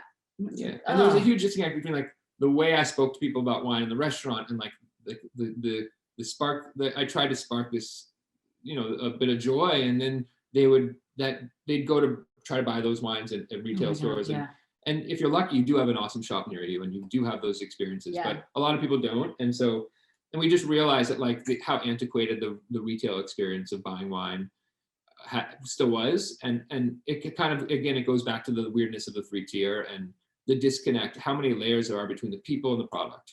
Yeah. And so we just like, it kind of clicked for us. It's like, how can we solve these two problems where we have like winemakers who need to sell more DTC but aren't equipped to do so, really have no way to sell wine on the internet to a large group, you know, to reach a lot of people on the internet and sell DTC. Maybe they're selling 2% or 10% if they're lucky of their total inventory. And then we also had customers who kind of like don't realize that buying wine can be awesome. Yeah. And how do we solve these two-sided problems? Well, a two-sided marketplace where people can buy wine directly from these small winemakers and like a human-sized marketplace on the internet. And like, and where we can enrich that experience in the way Sam was able to, because like part of like the education box was like making Sam in the box. Like, how do we infuse like his passion and his knowledge, which like elevated the experience of like what is essentially fermented grape juice to this like magical thing. And like you were so key to that, where it's like if I open a bottle of wine alone, it's still just alcoholic, like an alcoholic beverage. Whereas if you're there, because you have all this like knowledge, you make it so magical. And so the lesson box was our attempt to do that in the real world, but that's really hard again with the margins and everything, because we would have to buy the wine. And it's not solving any of the two problems. Yeah, it doesn't solve any of the problems. Whereas like online, it's like, all right, now we can try to do that both online and off, like make these enriching experiences and really grow this new generation of people who are super passionate about wine using modern tools, using modern storytelling tools. So using video and using, you know, photography and all these like fun, like allowing winemakers to communicate directly with their customers, like through photography, through like Instagram and stuff. So it was really this like, it was like all the pieces fit. But what was so funny too is that like we had this dream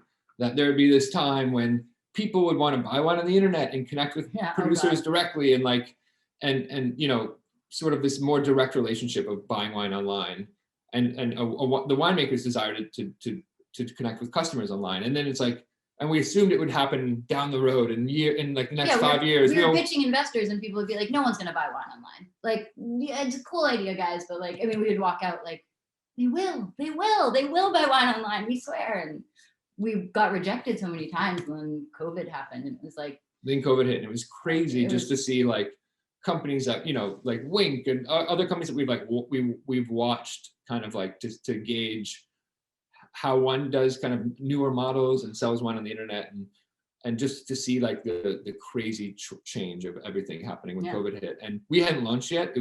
We were like probably 2-3 months away from launching, and we decided to essentially rush crazily. I remember going for a run up the mountain in here in Montreal, and then like having this crazy epiphany. It's like, we gotta like get this product out here. Like, this is crazy. Like not only like is our wine sales going crazy, but like I'm on the phone all day with our winemakers and like their distributor contracts are dropping, their restaurants are closing. Like it was like early March, mid-March, and like the wine world was like changing overnight. I would have conversations. I remember having a conversation with Sashi Morman from Pietro Sassi, where he was just like, man, like goodbye, like so much of the industry that we know and love. It's just like everything's about to change. And he's somebody I love talking to because he thinks so like far in the distance and such a high view of things and very philosophically and just I would have these I just remember like the dark office having these long conversations with winemakers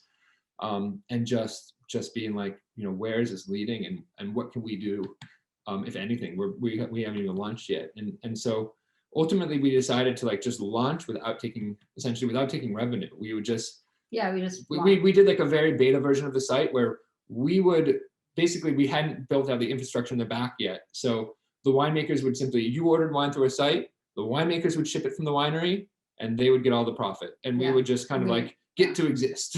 It was like, which is nice. and so it was like this way of kind of jumping into the mix during this crazy time when people needed it was like getting to prove our model essentially. Because we were saying like, we believe that what we were doing would be something people needed, winemakers needed, and customers would love, wine drinkers would love. And this was an opportunity to kind of just like show that at a time when there's a lot of people looking on the internet suddenly to buy wine.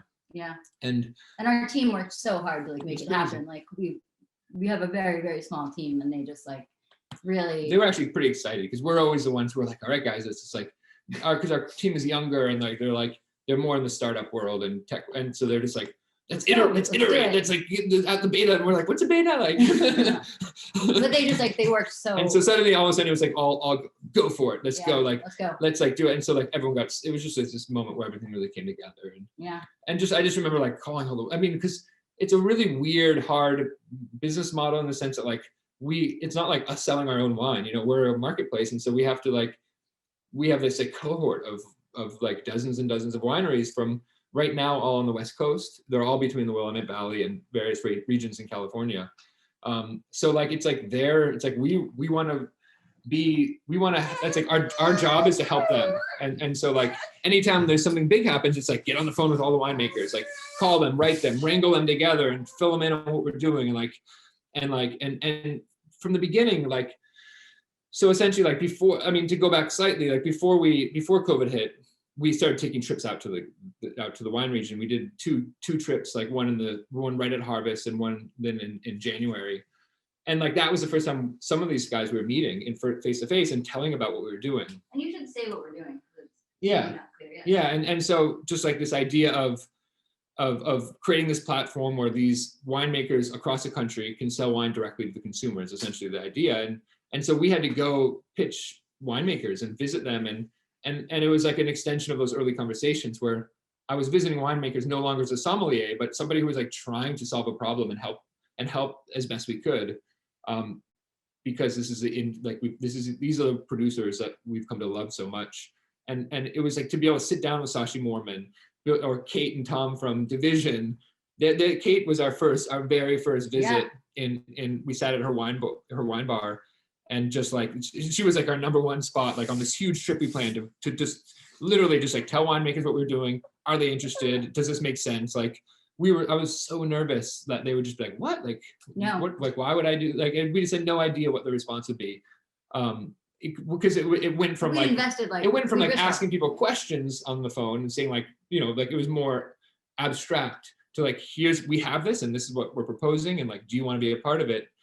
And people were just like, sounds great, sign me up. And it was insane to have that response because like it just was, for us, it was this confirmation of like that we're on the right track, because the fact that we could go to like not just like any old winery, but wineries that like to me were like I just like shot for he my shot favorite. for the top. He wrote a list of his favorite wineries and it was like that.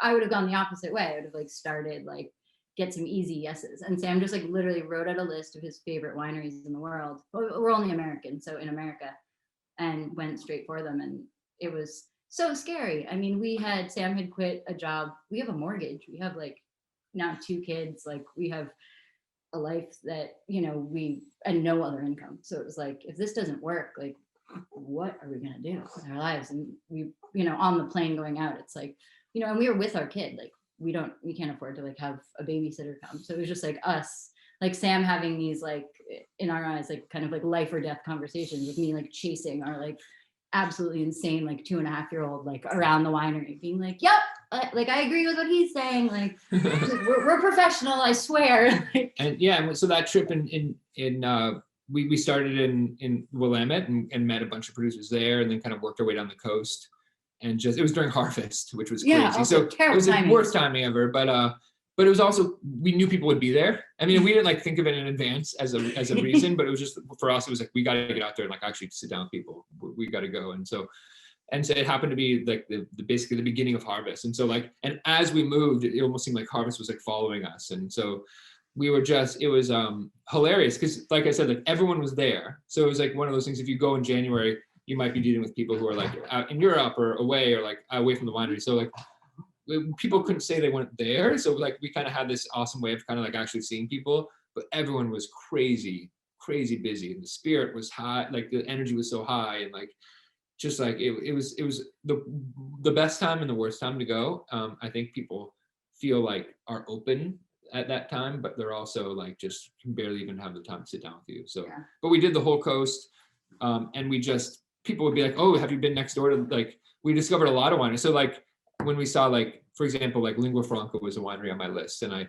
I sat down with like Samuel, I believe his name is, who runs like the hospitality program there, like the wine director, and he showed me around, and like there was a sense that like it wasn't like the perfect fit because of how established they are, and yeah. They're bigger than some of. I just saw they donated to the 19th. That like most of the wineries we work with, they're bigger, but at the same time, I mean, we work with wineries similar or larger now too, but like at the time, it's just like compared to some of the smaller guys, they're the level of like kind of like institutional. Yeah, they didn't need us as much. Yeah, they didn't need, perhaps, yeah, and anyway, so like, but while we were there, and if you're listening, like give us a call, we'd love to work with you. But so I could tell there was a point when Samuel like kind of like pawned me off on like a winemaker who was using the space also, who is Andrew, and we just like, he was like in Carhartts and like just like, and I was like, okay, this is like more my style, like that's, and we started talking, and he was just, this was Odeon, and I'd never seen, I was not aware of this, but they weren't on my list.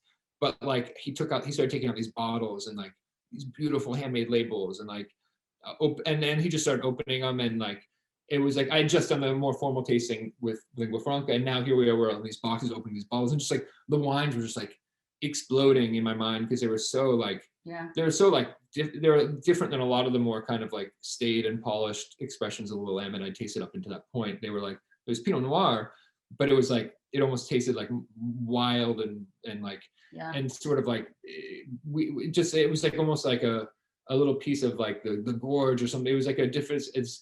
We were discovering as we went, I guess. And I remember you came back and you just like had to write about it. Like, yeah, that's when you know, like Sam's like loved wine. Like you were just like, I just needed to like write this down. Like it was the most mind-blowing experience.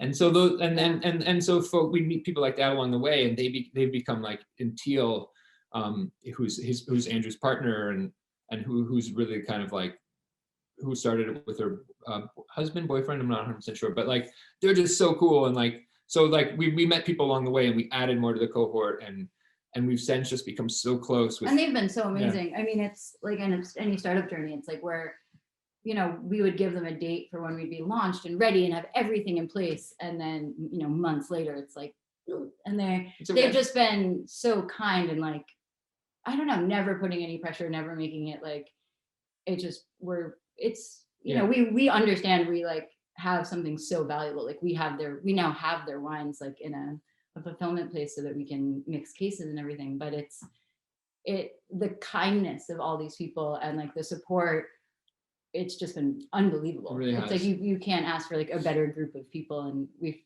really feel so much responsibility to, like, more than probably anything else, like we're driven to just like make something successful for our team, because oh my god, they're incredible, and then like for these wineries, because they've just, I don't know, I just feel like there's been so many opportunities where they could be like, you guys, like you said this, and like it's months later, like what the heck, like what are you doing with your lives? And it's like, I think they know we're working as hard and as fast as we can, but we're often wrong about like how quickly we can get things done. And it's just been such a like we didn't understand how challenging distribution was like in the industry. And you know, now we're working with an unbelievably awesome distribution center that is. And by distribution, we're talking more fulfillment. Fulfillment, sorry. We aren't working with a distributor. Right, Or sorry. yeah.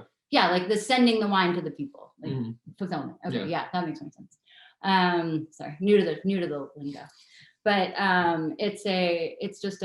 it's been really, I don't know, just like at every opportunity where it could be hard, or like, you know, we'll ask them all these questions and then have to do a follow-up because we forgot to like get X amount of information. Every person has just been like kind and understanding and like answers the texts and like, I don't know. It's just been.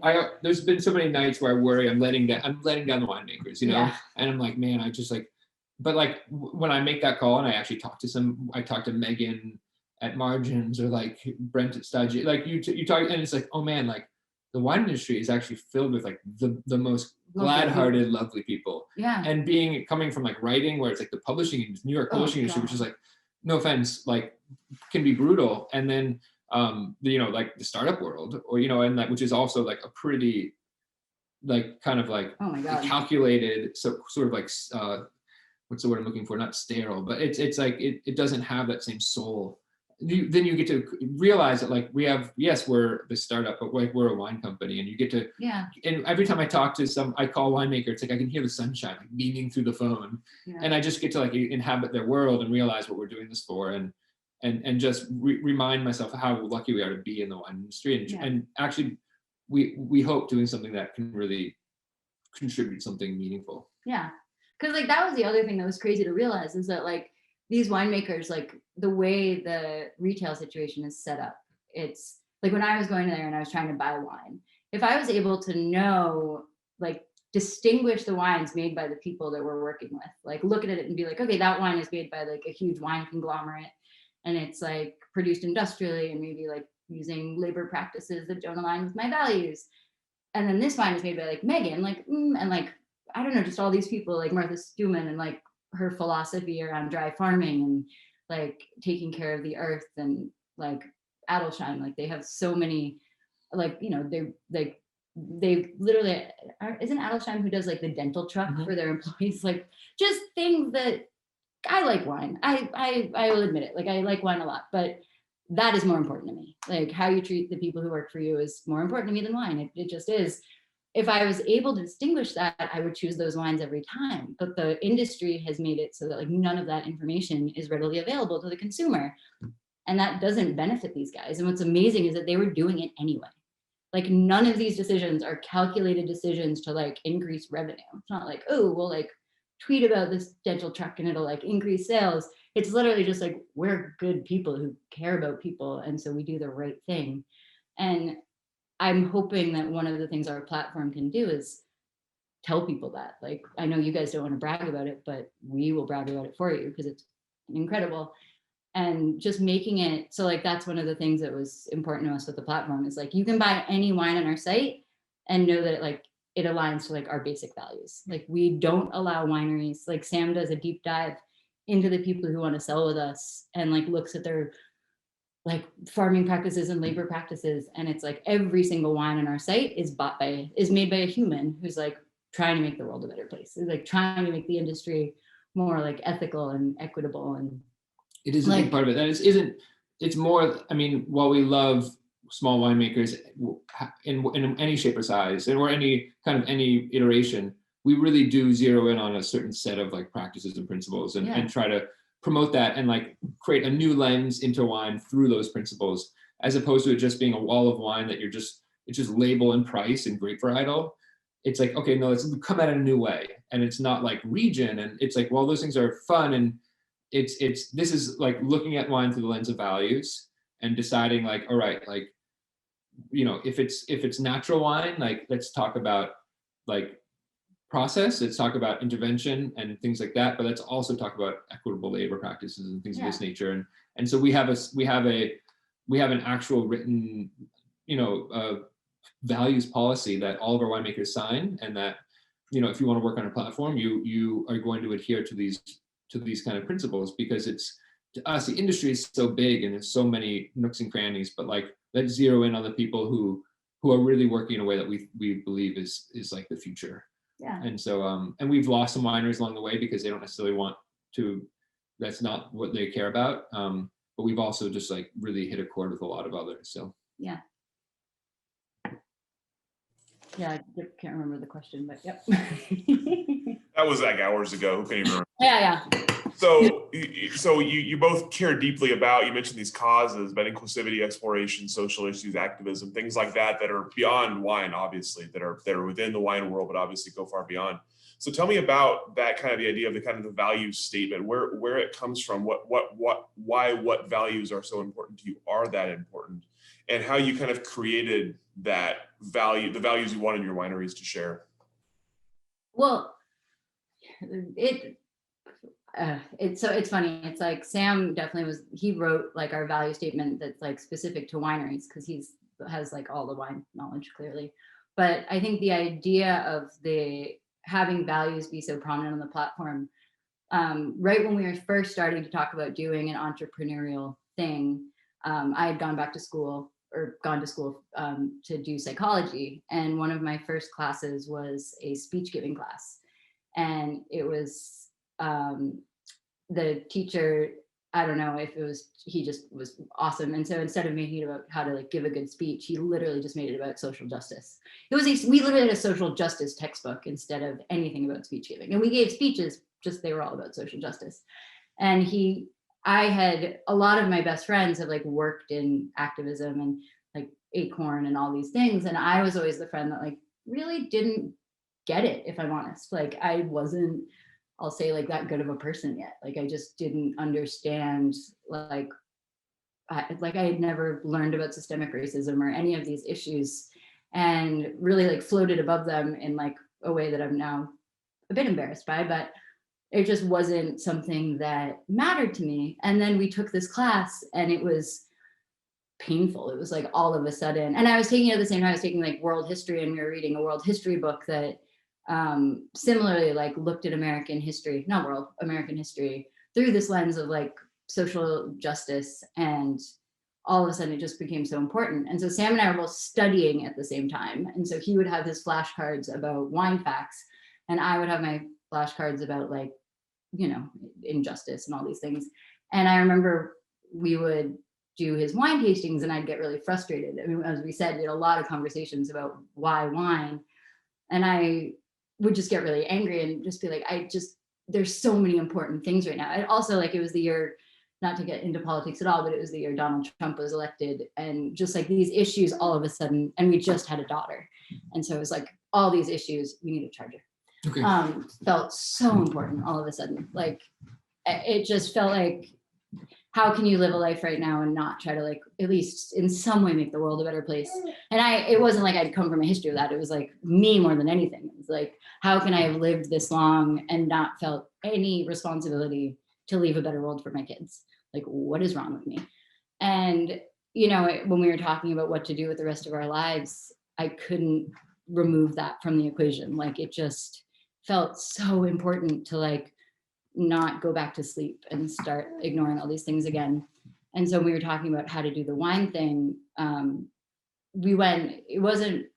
Sam very awesomely started to like show me how that was a part of the wine world, like how those two things didn't have to be separate, that like wine wasn't, because like wine has like not the greatest history of like, I mean, you read about like the history of wine and how it was marketed in the US, and like they only advertised in publications for like older white men, and they really purposely branded it as a luxury good and made it so that like studying wine, it became like a distinction of class, and it reinforced these like inequitable like class distinctions, and that's not that cool in my opinion. And so we just started talking about like how to, like that wasn't an inevitable part of it. And so we went to Italy, and Sam really showed me how like wine was more like for everybody, and it wasn't considered this like, you know, I don't know, regal thing that was like for a specific type of people.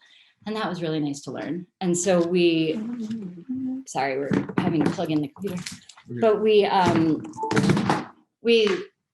as we like began mapping out Wine and Peace and like the original version, that was like kind of like the essence of those lesson boxes was like, if for most of your life you've chosen wine based on region and based on like grape varietal, we're going to propose that there's a better way to buy wine. And that better way is looking at it through the lens of values. So finding wine that aligns with your values. So if you're like, a new age feminist, like I had just learned to like self-identify as a proud feminist, like how about supporting awesome women in the wine industry? If you are like really care about like fair labor practices and believe like people should be treated well, like supporting wineries that share those values and are like actively doing something about it.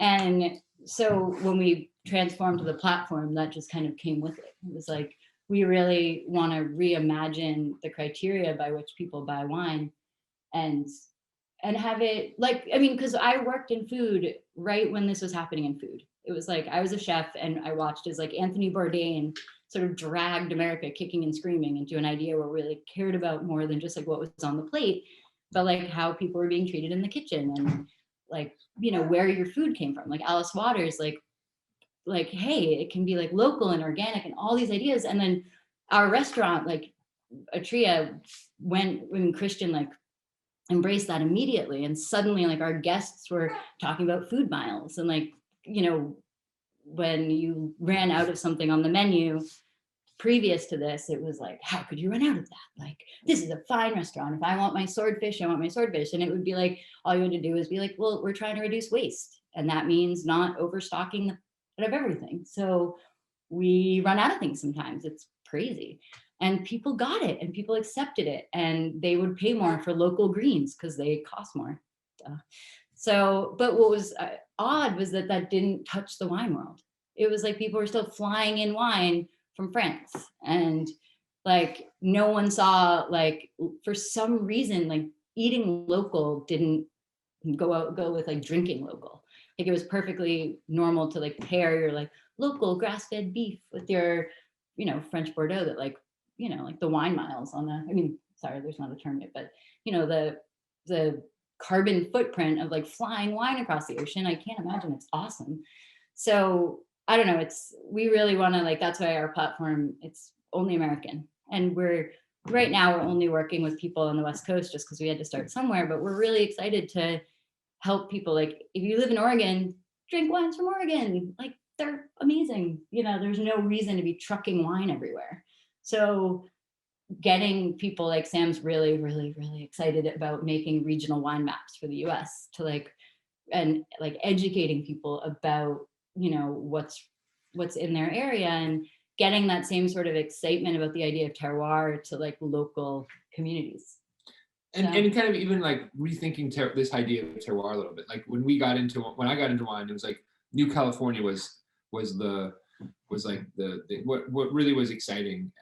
This idea of like reimagining American wine on like the European paradigm, like the sense of place, and creating wines that were like more like lower alcohol, higher acid, more sensitivity to sight, and but I think that now we're in a new era that's almost like a new America, new California, new Oregon, where like it's like terroir. We don't have to adhere to the same definition of terroir as Europe because it really doesn't apply to us.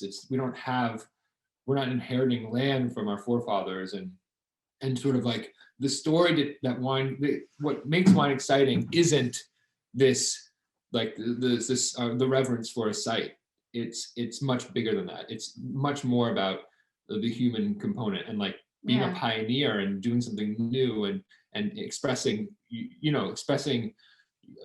yourself as opposed to expressing the plot of land. I mean, there's a conversation there, and they're both important. But like, whereas like the human is a small part of like the story in Europe at times, in America it's a much bigger part, and so that's why we're so interested in expressing, in making each winery synonymous with a person. Yeah. And this was something we argued about a lot in the early days. It's like, are we going to present the winery or are we going to present the winemaker? Yeah. And often they're the same, but not always. So like Adelsheim is are we going to be talking about Adelsheim or are we going to be talking about Gina?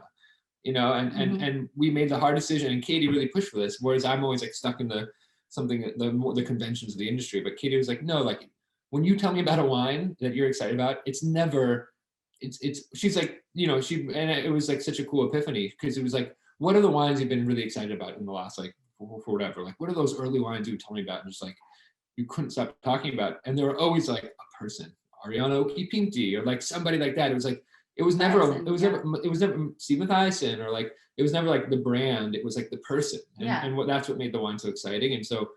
And I think that's really the story that we want to tell, is we want to tell the story of American wine, and tell it through like the story of the individual, and not the story of like this plot of land, per se, just the person. And I think that's something I talk a lot about with winemakers. Steve Mathiasen has some really interesting insights, and he's thought about it a lot. And so it's just, that to us is really exciting, and that ties into, I think, the value idea too, is like really a focus on the human. Yeah. That's awesome. I love that. You mentioned starting on the West Coast with places to go, hopefully beyond that. I'm curious, since we're the Oregon Wine History Archive, I want to talk about Oregon a little bit and kind of your perceptions of it from outside. You mentioned Andrew Daudin and Tom and Kate and Renee and Grant at 100 Sons. I know you have, and some others, Adelsheim, obviously. Tell me about your sort of perspectives on Oregon wine since you started getting into wine, what attracts you to it, and what you've noticed about the industry. Yeah. Great question. Yeah, so we visited, my first time physically visiting was when we started this project, when we visited that first time. And so, I'd read about it a ton, and like visiting a wine region is like, I try to explain to people like what makes it so exciting, because it's like visiting a place after you've like been reading like the tour book for like 10 years, just like reading it and rereading it and rereading it. And then you finally get to go. Like, that's like the excitement that's built up when you get to visit a wine region for the first time. And so like, I certainly had perceptions about it, and you think Pinot Noir, and the history and of just like kind of these like UC Davis graduates coming kind of in the 70s and planning and finding sites that kind of had aspects similar to Burgundy, and so like you kind of understand the mythology of it, but it doesn't have a New California book to tell you about like that's like one thing I've noticed again and again and again. And correct me if I'm wrong, and I just haven't found it. Like it needs, like the industry really, like Oregon could really use that book, and I hope someone writes it. Maybe you. Because I think it just has been so. It's like I can't overemphasize like how good that book was that John Bonnet wrote for the California industry, and really like setting in stone this new era. And I think Oregon could really use that, because it's harder to really understand where things are at, because when you want to read about Oregon, you go back to Jancis Robinson, or like, you go back to these, or like the Wine Bible, you have to go to these resources that kind of cover everything, or you find really regional kind of like small press books that like are so insider baseball kind of, that you're just like, it's like you're reading, like it's like reading like the West Tisbury like town hall like kind of thing. So it's like there's not like anything that's really in between that really like sets the stage for where things are at. And so you kind of, it's much harder to get a sense of the region because of that, and also because it's a complex place with the sub-appellations and so I just kind of going in, I didn't really know what to expect. And what I think is so interesting about it is it's like all the things that are happening. Like we work with a couple producers who are really focused on Pinot Noir, and I think that there's a huge world of diversity within that one grape. But I'm really excited by like Kate and Tom at Division is a great example of like people who are like being brave to like just like think outside the box and work with grapes, or work from sites that don't necessarily fit within the really sort of like storied appellations or storied vineyard sites. I think they're both really interesting paths, whether you want to go in like the sort of path of like working with these, within the Dundee Hills and working biodynamically farming a historic site and just telling the story of that site year after year after year. I think is a very valiant life's work, and I love exploring those producers. But I also think it's really cool to kind of being willing to kind of like source grapes from like the Applegate Valley, or source grapes from other places, and like stick your label on it and stand and describe where you're sourcing it from and what's happening on that vineyard site and why you wanted to make a Melon de Bourgogne or blending these red grapes together, some from Washington, and being willing to kind of create, I don't know, like build, like if you're able to really tell a compelling story and build a strong brand like I'd say Division has, you can pull people on that journey. You don't have to really hang your hat on a vineyard so much as like an idea and like a philosophy. And I think that's what I've been finding, and like the people experimenting with Gamay, the people experimenting with Chardonnay, and then weirder grapes off from there. I'm really excited to see that kind of like broader exploration happening. Is something that has been really fun to explore. But yeah, Willamette Valley is so cool.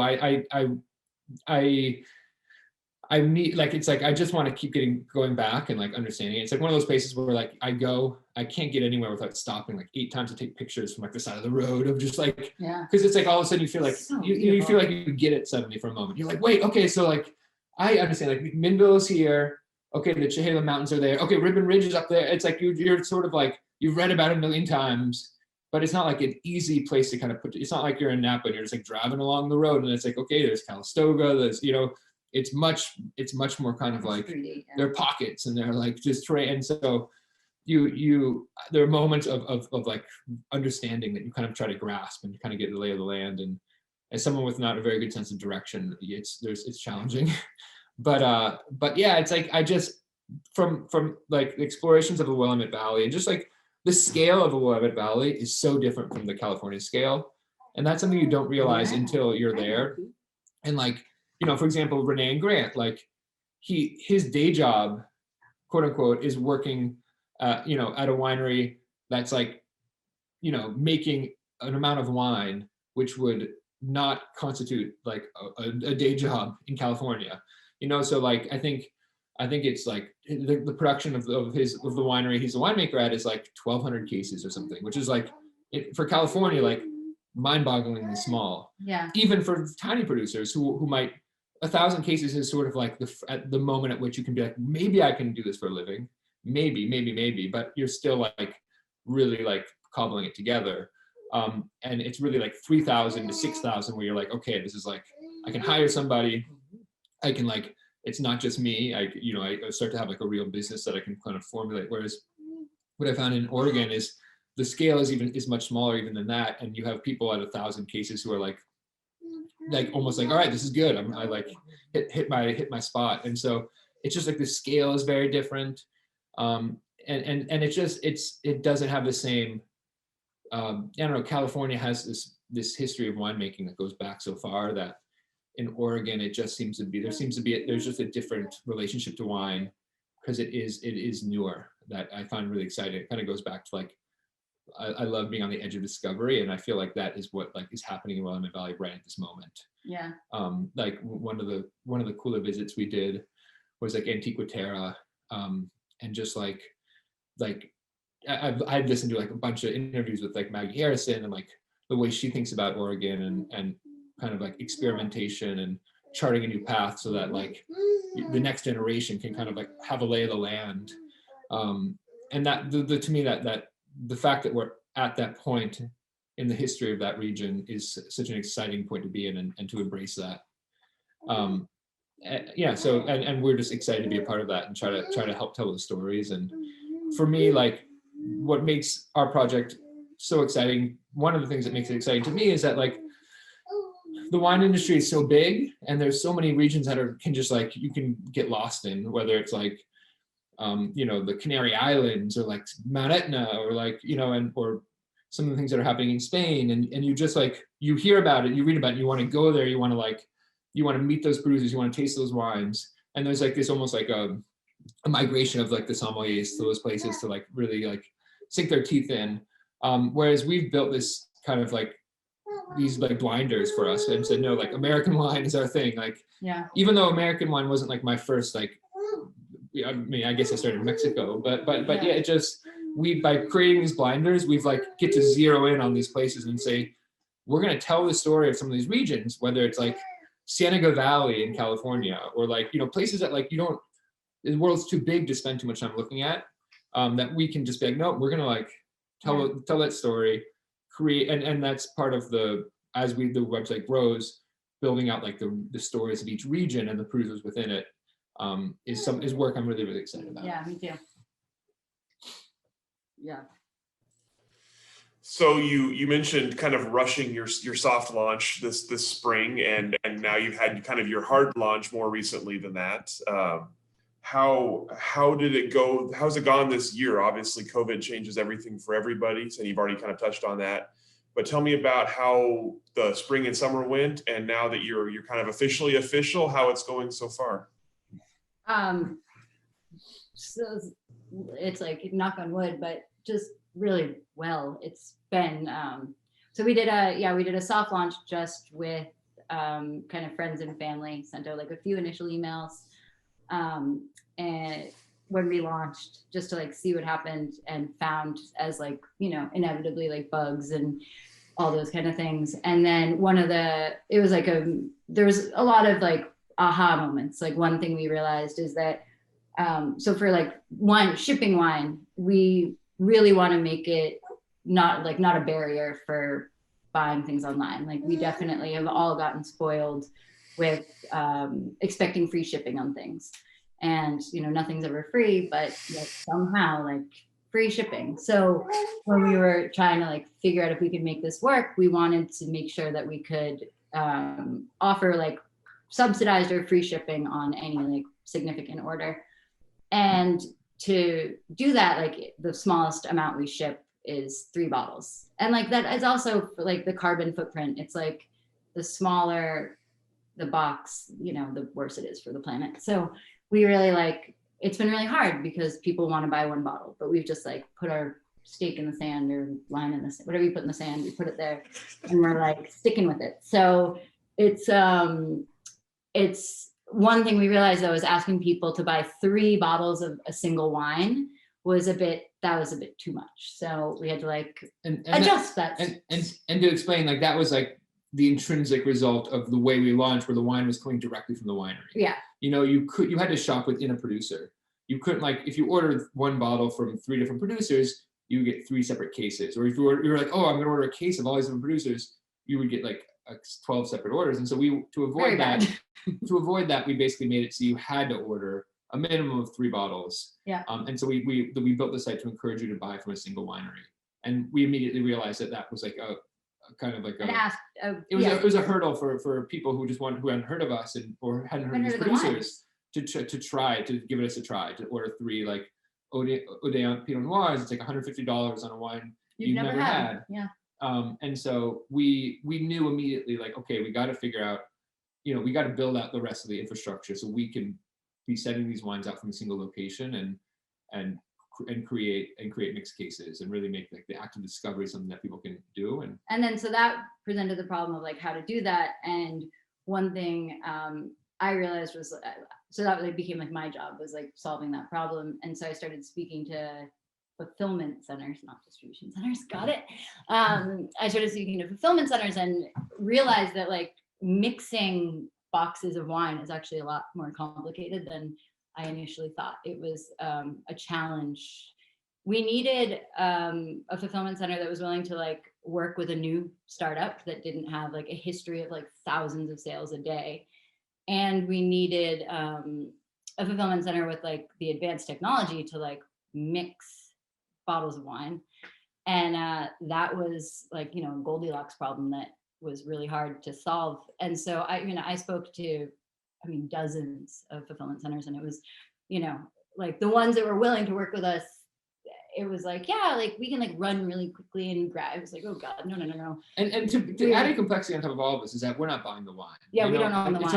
It's not like we can just have a warehouse and buy the wine and resell it, because that would be that would defeat the purpose, and we'd be participating in the 3-tier in a way that we kind of everything has been about working outside that. Yeah. So that's like everything has been, we don't want to buy the wine and resell it. We want to like empower these wineries to sell directly. And so that's what made mixing cases so complicated. It's like, we don't own the wine, we don't own the warehouse. How do we like make it, how do we fit all these pieces together that we couldn't find any template for? And so I was really lucky, and I ended up speaking to this guy, Ed Delaney, who is part of, it's like a whole like the companies are all coming together, but it ends up being under the umbrella of wine shipping.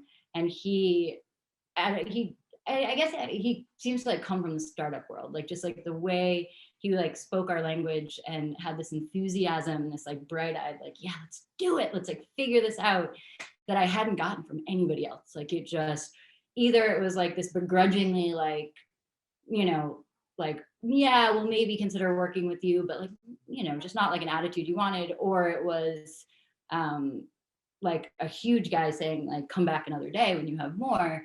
And then we had a few people who like seemed like they were willing to tackle it. We like ended up in kind of talks with like 3 different fulfillment centers, but just talking to him and then his like a person who works with him, this guy Alex, like they just, I don't know, they matched our tone, they matched our enthusiasm, like our belief in where the industry was going, all of it. And they just fit us perfectly. And they worked really hard to find a place for us in their company. And they ended up finding a warehouse in Paso Robles that was willing to take us on.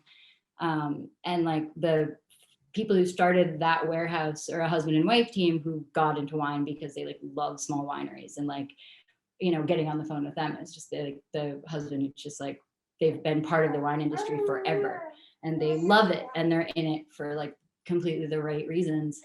And so, you know, a few days ago, like last week, we finally, you know, getting all the wine there, and it was a logistical, you know, setting up like the back end of the software and everything. It was a thing. It was a thing. Yeah, you know, because we had wine coming. I mean, like the few weeks our wine was shipping, it's coming from everywhere, and just like watching those shipments, and like things weren't always shipped perfectly. But now like our wine all arrived safely. We like got to watch our inventory build up. And then our first few orders started going out, and it just like, it's been perfect. I mean, they're like a very professional company. And so it's like magic. It's like an order comes in and then an order goes out, and it's like magic. It's freaking awesome. So that just started. And we sent out just like an email to like a few, you know, dozen people on our mailing list and told them, and orders started coming in. And then Alex Delaney from Bon Appetit. No, am I getting? Yeah, but sorry, it's now I'm worried I got Edmund's name wrong. I'm terrible with names, terrible with faces, terrible with numbers, a lot of things. But anyway, he wrote about us on his Instagram the other day, and it's just been, maybe that was yesterday. The time is a mess, but it's just been, I mean, just like the kindest, I don't know. It's just like, we really have put all our eggs in this basket in terms of like our life and our kids' financial stability, like everything. And so it's terrifying. And it's just, it's been going, again, knock on wood, but better than we ever could have imagined. Just like, and we have so many things we want to do, like Sam says, like really using these storytelling tools to dive into the regions and having this educational component to the website and doing live events. I mean, there's like a million things that we want to do, but right now we're just a little bit basking in like the joy that like the foundational thing, which is like selling some freaking wine and having orders delivered, is working. Like, yes, it seems like such an easy thing, but my God, it took us like 2 years. And it was really hard, and to be honest. And this summer was just like, like the process of like having done the beta launch, it was successful. And then when COVID hit, we had to go back to the US so Coco could be born. Yeah, we were living with my parents. I walked like 50 miles, like in my parents' like yard, just on the phone with winemakers, on the phone with the fulfillment houses, with just trying to fit all the pieces together.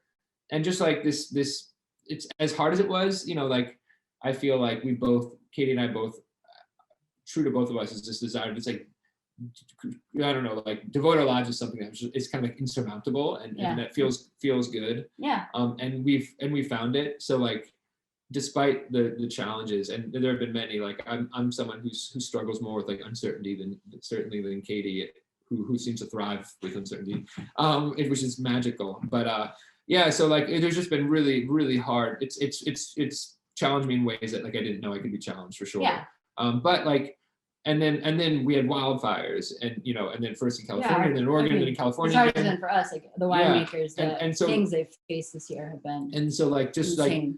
like the logistics of moving a bunch of wine from all these different wineries to a single fulfillment center during harvest, where we had like winemakers like harvesting in gas masks almost because of smoke in some instances, like, and just winemakers not making wine, or winemakers not making Pinot Noir. Yeah, and then in the Willamette Valley, winemakers who aren't making Pinot Noir in 2020. You know, it's just like dealing with like getting on the phone and having conversations with people when they were dealing with those things. Yeah. Hearing kids in the background and like just and knowing how like yeah. you know, knowing that feeling, because like it's this business, but also like our restaurant, like knowing that feeling of like, okay, I know I have to do this like monotonous task of like giving you this information you need, but like, you know, they're literally like dealing with these things that threaten the existence of their business. It's intense. And so there's a mutual appreciation for just like impossible, you know, uncertain futures. And so we finally have gotten back to Montreal, where the company is still based in terms of just like where our team is, but you know, we're an American company, but we've been able to kind of build out some like tech talent and, you know, programmers here. Mm-hmm. So yeah, it's just it's been a whirlwind. But yeah, we're now up and running. It's going incredibly. Yeah, and it's, you know, it's like now it's just spreading the word, and like, I don't know, just that like those first 2 years of being an entrepreneur, it's like every day it's like, what do I do today? Like, could someone tell me what I'm supposed to concentrate on today? Because you never know. Like, it's like there's no clear path with the, you know, this is what you need to do to open a business. It's like, you know, so often it's like you do this one thing and then you're like, was that a complete waste of time? Like, did that, you know, like making pitch decks for different investors. Oh, we've wasted so many hours. So many hours. Telling the story to investors, you can lose yourself in that, and then like, they don't even care or don't have the time to look at any materials. But then like the investors that like approach, like we've had such luck, and like some of the people that have been attracted to this project like are like they're not investors, they're just friends. They're like great people who like love wine or love supporting entrepreneurs, and like they almost require the least. It's like they don't ask you to like make 8 million revisions to something and like pawn you off on someone else. It's like they just like throw their support behind you, and like it's just, I don't know, it's been the craziest 2 years. I mean, honestly, it's like if we'd known how hard it was, like who knows. There were some really, really hard times that it was like, you know, but what we try to say is like any time where it's so bad you really want to give up and you're like, this is the worst thing I've ever done with my life and what am I doing, like that's the thing that like, if you get over that, that's the thing that will determine that you're like successful. It's like if that knocks like the 5,000 like startups off the rungs of the ladder and like you cling on, the little like rodent on the side of the ship, like that's what allows you to like make it all the way. So it's just, I mean, literally we launched a few days ago to the world and it feels so good. I'm really glad you're doing this interview today. A few days ago, it's like still terrifying, but today it just feels, I don't know, just watching the orders come in yesterday and go out, it just felt so good. Like it was all worth it suddenly. So yeah, going well. And the baby, really appreciate that. You know, like life is just, because yeah, having an infant, Coco was can I put on the record she was a surprise? Is that like mean? But I don't think many people would like choose to have like a new baby the same year they'd launch their startup. I mean, maybe they would, but I would not. And it's only like heightened like the joy, because it's like, I don't know, she's like true to form. She's like in the interviews and like at the office with us every day, and it's pretty cool. But yeah, we literally were living with Sam's parents, like working out of, there was 5 of us, how many of us? In like the house he grew up in, like trying to run an adult company. Like it was pretty silly. My parents were like, what do you do? Yeah, exactly. Like what? Like it seems intense because you're constantly working and like you guys cry a lot.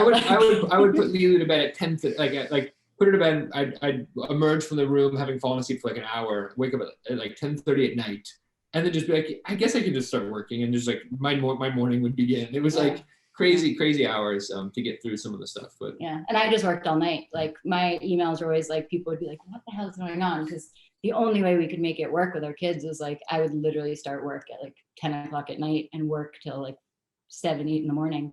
And then when the kids got up, like hang out with them and sleepily like do, you know, it's just, without Sam's parents, it wouldn't have been possible. Like they watched, or they were full-time, his mom especially was like full-time daycare this summer. It was pretty insane. It was amazing, yeah. It was unbelievable. So every step of the way, just the people, the support has been, it's like just magical. It's pretty cool. Truly amazing. So I just have one more question for you. We've obviously talked quite a bit. I think we've covered things pretty well here, but I want to circle back to something we talked about earlier.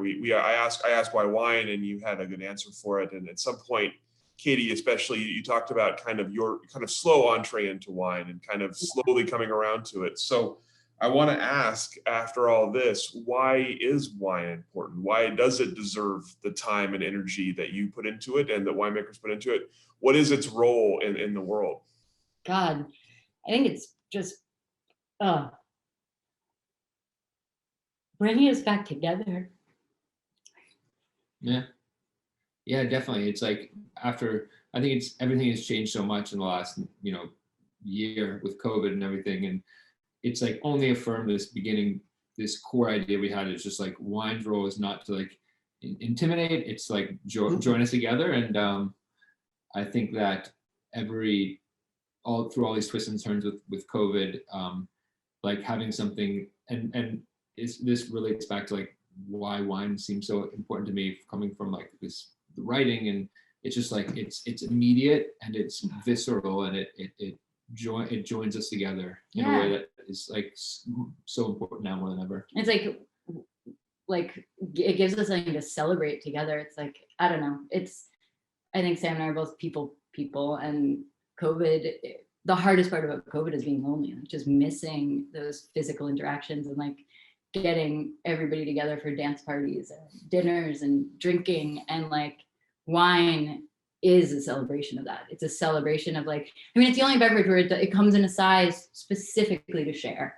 That's pretty freaking cool. It's like, it's like wine in a can. Like I like the idea of like experimentation, but more than anything, I love that it literally is like, it invites, I don't know, coming together around like, for one moment, asking us to pause and like all join together and appreciating like one thing together. It's just, I don't know, man. Yeah, that feels more important than ever. It really does. Yeah, I would say that like one of the hardest things about this whole experience is just like appreciating the moment, because I think like we get so caught up in being terrified about the future, whether it's like we were kind of like early adapters to COVID because we were already like living like COVID like kind of style of life. Like we were like in Montreal, kind of isolated in a sense because we're working so hard on this project. Yeah, I was already quite terrified about the future prior to COVID. So like it's like anything that gets me to kind of meditate on the moment and like appreciate the present moment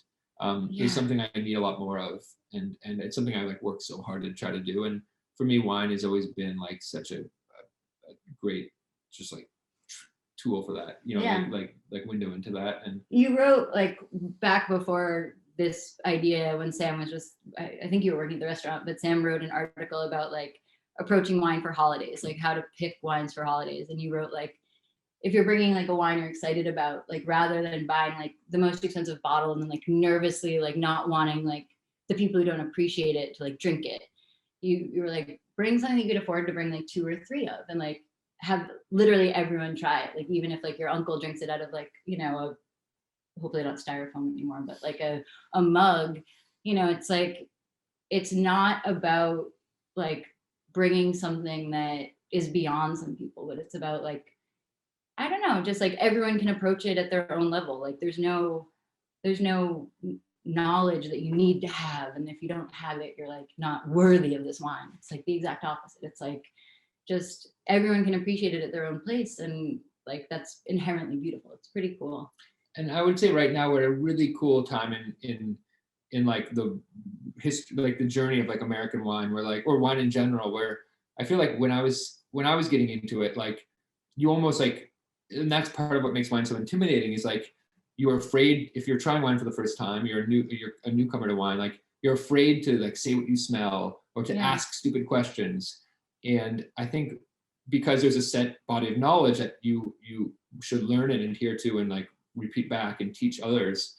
But more and more now, because of like everything that's happened with the social unrest in our country, and with the crazy just whiplash of COVID, people are asking, are realize that wine can be for them without them having to adhere to like a template for what a wine aficionado should be. Yeah. And it can be, and so like this idea of wine's beauty being wine's diversity, and that you don't know what you're going to get when you open the bottle, and you could get, and wine comes from all over the world and expresses all these different places and all these different people, and that wine, you don't have to like adhere to a certain template for being a wine aficionado to appreciate it. You can be you and ask hard questions and explore wine on your own terms, and ask whether wine, you know, if you're someone who cares about social justice, you can say, does wine live up to my ideals or does it not? Yeah. Whereas before you would have to say, you couldn't ask that. Wine had to be separate from politics, from social questions about social equity. It's almost like wine was this escape from that, and to appreciate wine was to kind of like just buy into what wine had been in the decades past. Which right now, when I'm talking, we're launching a magazine to kind of go be part of our platform, and I'm talking to writers who have been reading in places like Punch and the Wine and Spirits, and people who I've like look up to and have been reading their work over the years, who I think of as like industry insiders who are like all in on wine, and they're like, man, I don't know if like after everything that's happened in recent months, like I don't know if like wine is like does like fit. Yeah, I don't know. if it deserves to exist. Yeah, and I think that like I think while I'm certainly someone who's like head over heels, like wine is like I'm in it. I'm so excited to live in a time when like those questions can be openly asked, and people can come to their own conclusions. And we want to be a part of that. Yeah, we want to support winemakers that like we can ardently say like, yes, wine deserves to exist, because like look at these guys. Like how can you not want these people? Exactly. Like how can you not want like 100 Sons? Like I remember Renee telling us about how like they like downsized their family home to like move into a small place so they could afford to buy their wine equipment, and they would like buy one thing at a time. She was such a badass. She was like riding like a tractor in this tiny little space, like moving shit around, like right before our interview. And I was like, I love you. But you know, she was like, and it was the same. I remember when we bought it's so embarrassing, but our Friolator for our restaurant, and it was like we were so excited, and it was like the first one we bought at Walmart for like $99, and then this was like a real one from like a grown-up restaurant, and it was like they were on that same journey of like, you know, this is our passion, and it's not made, you know, like the industrial wine thing about like just making every decision based on like finances and like how to make the biggest markup and the like margins. It's like this is all about, I don't know, just a person who, for whatever reason, this is their passion, and they're like going all in on it, and they want to share it with you. I mean, it's like, I don't know, it seems like a more important thing to support than, I don't know, just about anything. Yeah. So yeah, there you go. Good. That is a fantastic answer and a great way to end this. So I want to thank you both so much for your time today, for your answers, for your stories, for your honesty and your candor. We'll go ahead and stop recording here in a second, and then if you want to hang out, we'll chat for a little bit. Right. Cheers. Thank you so much. Thank you guys so much. Yeah. Yeah. This has been such a pleasure. Such a pleasure.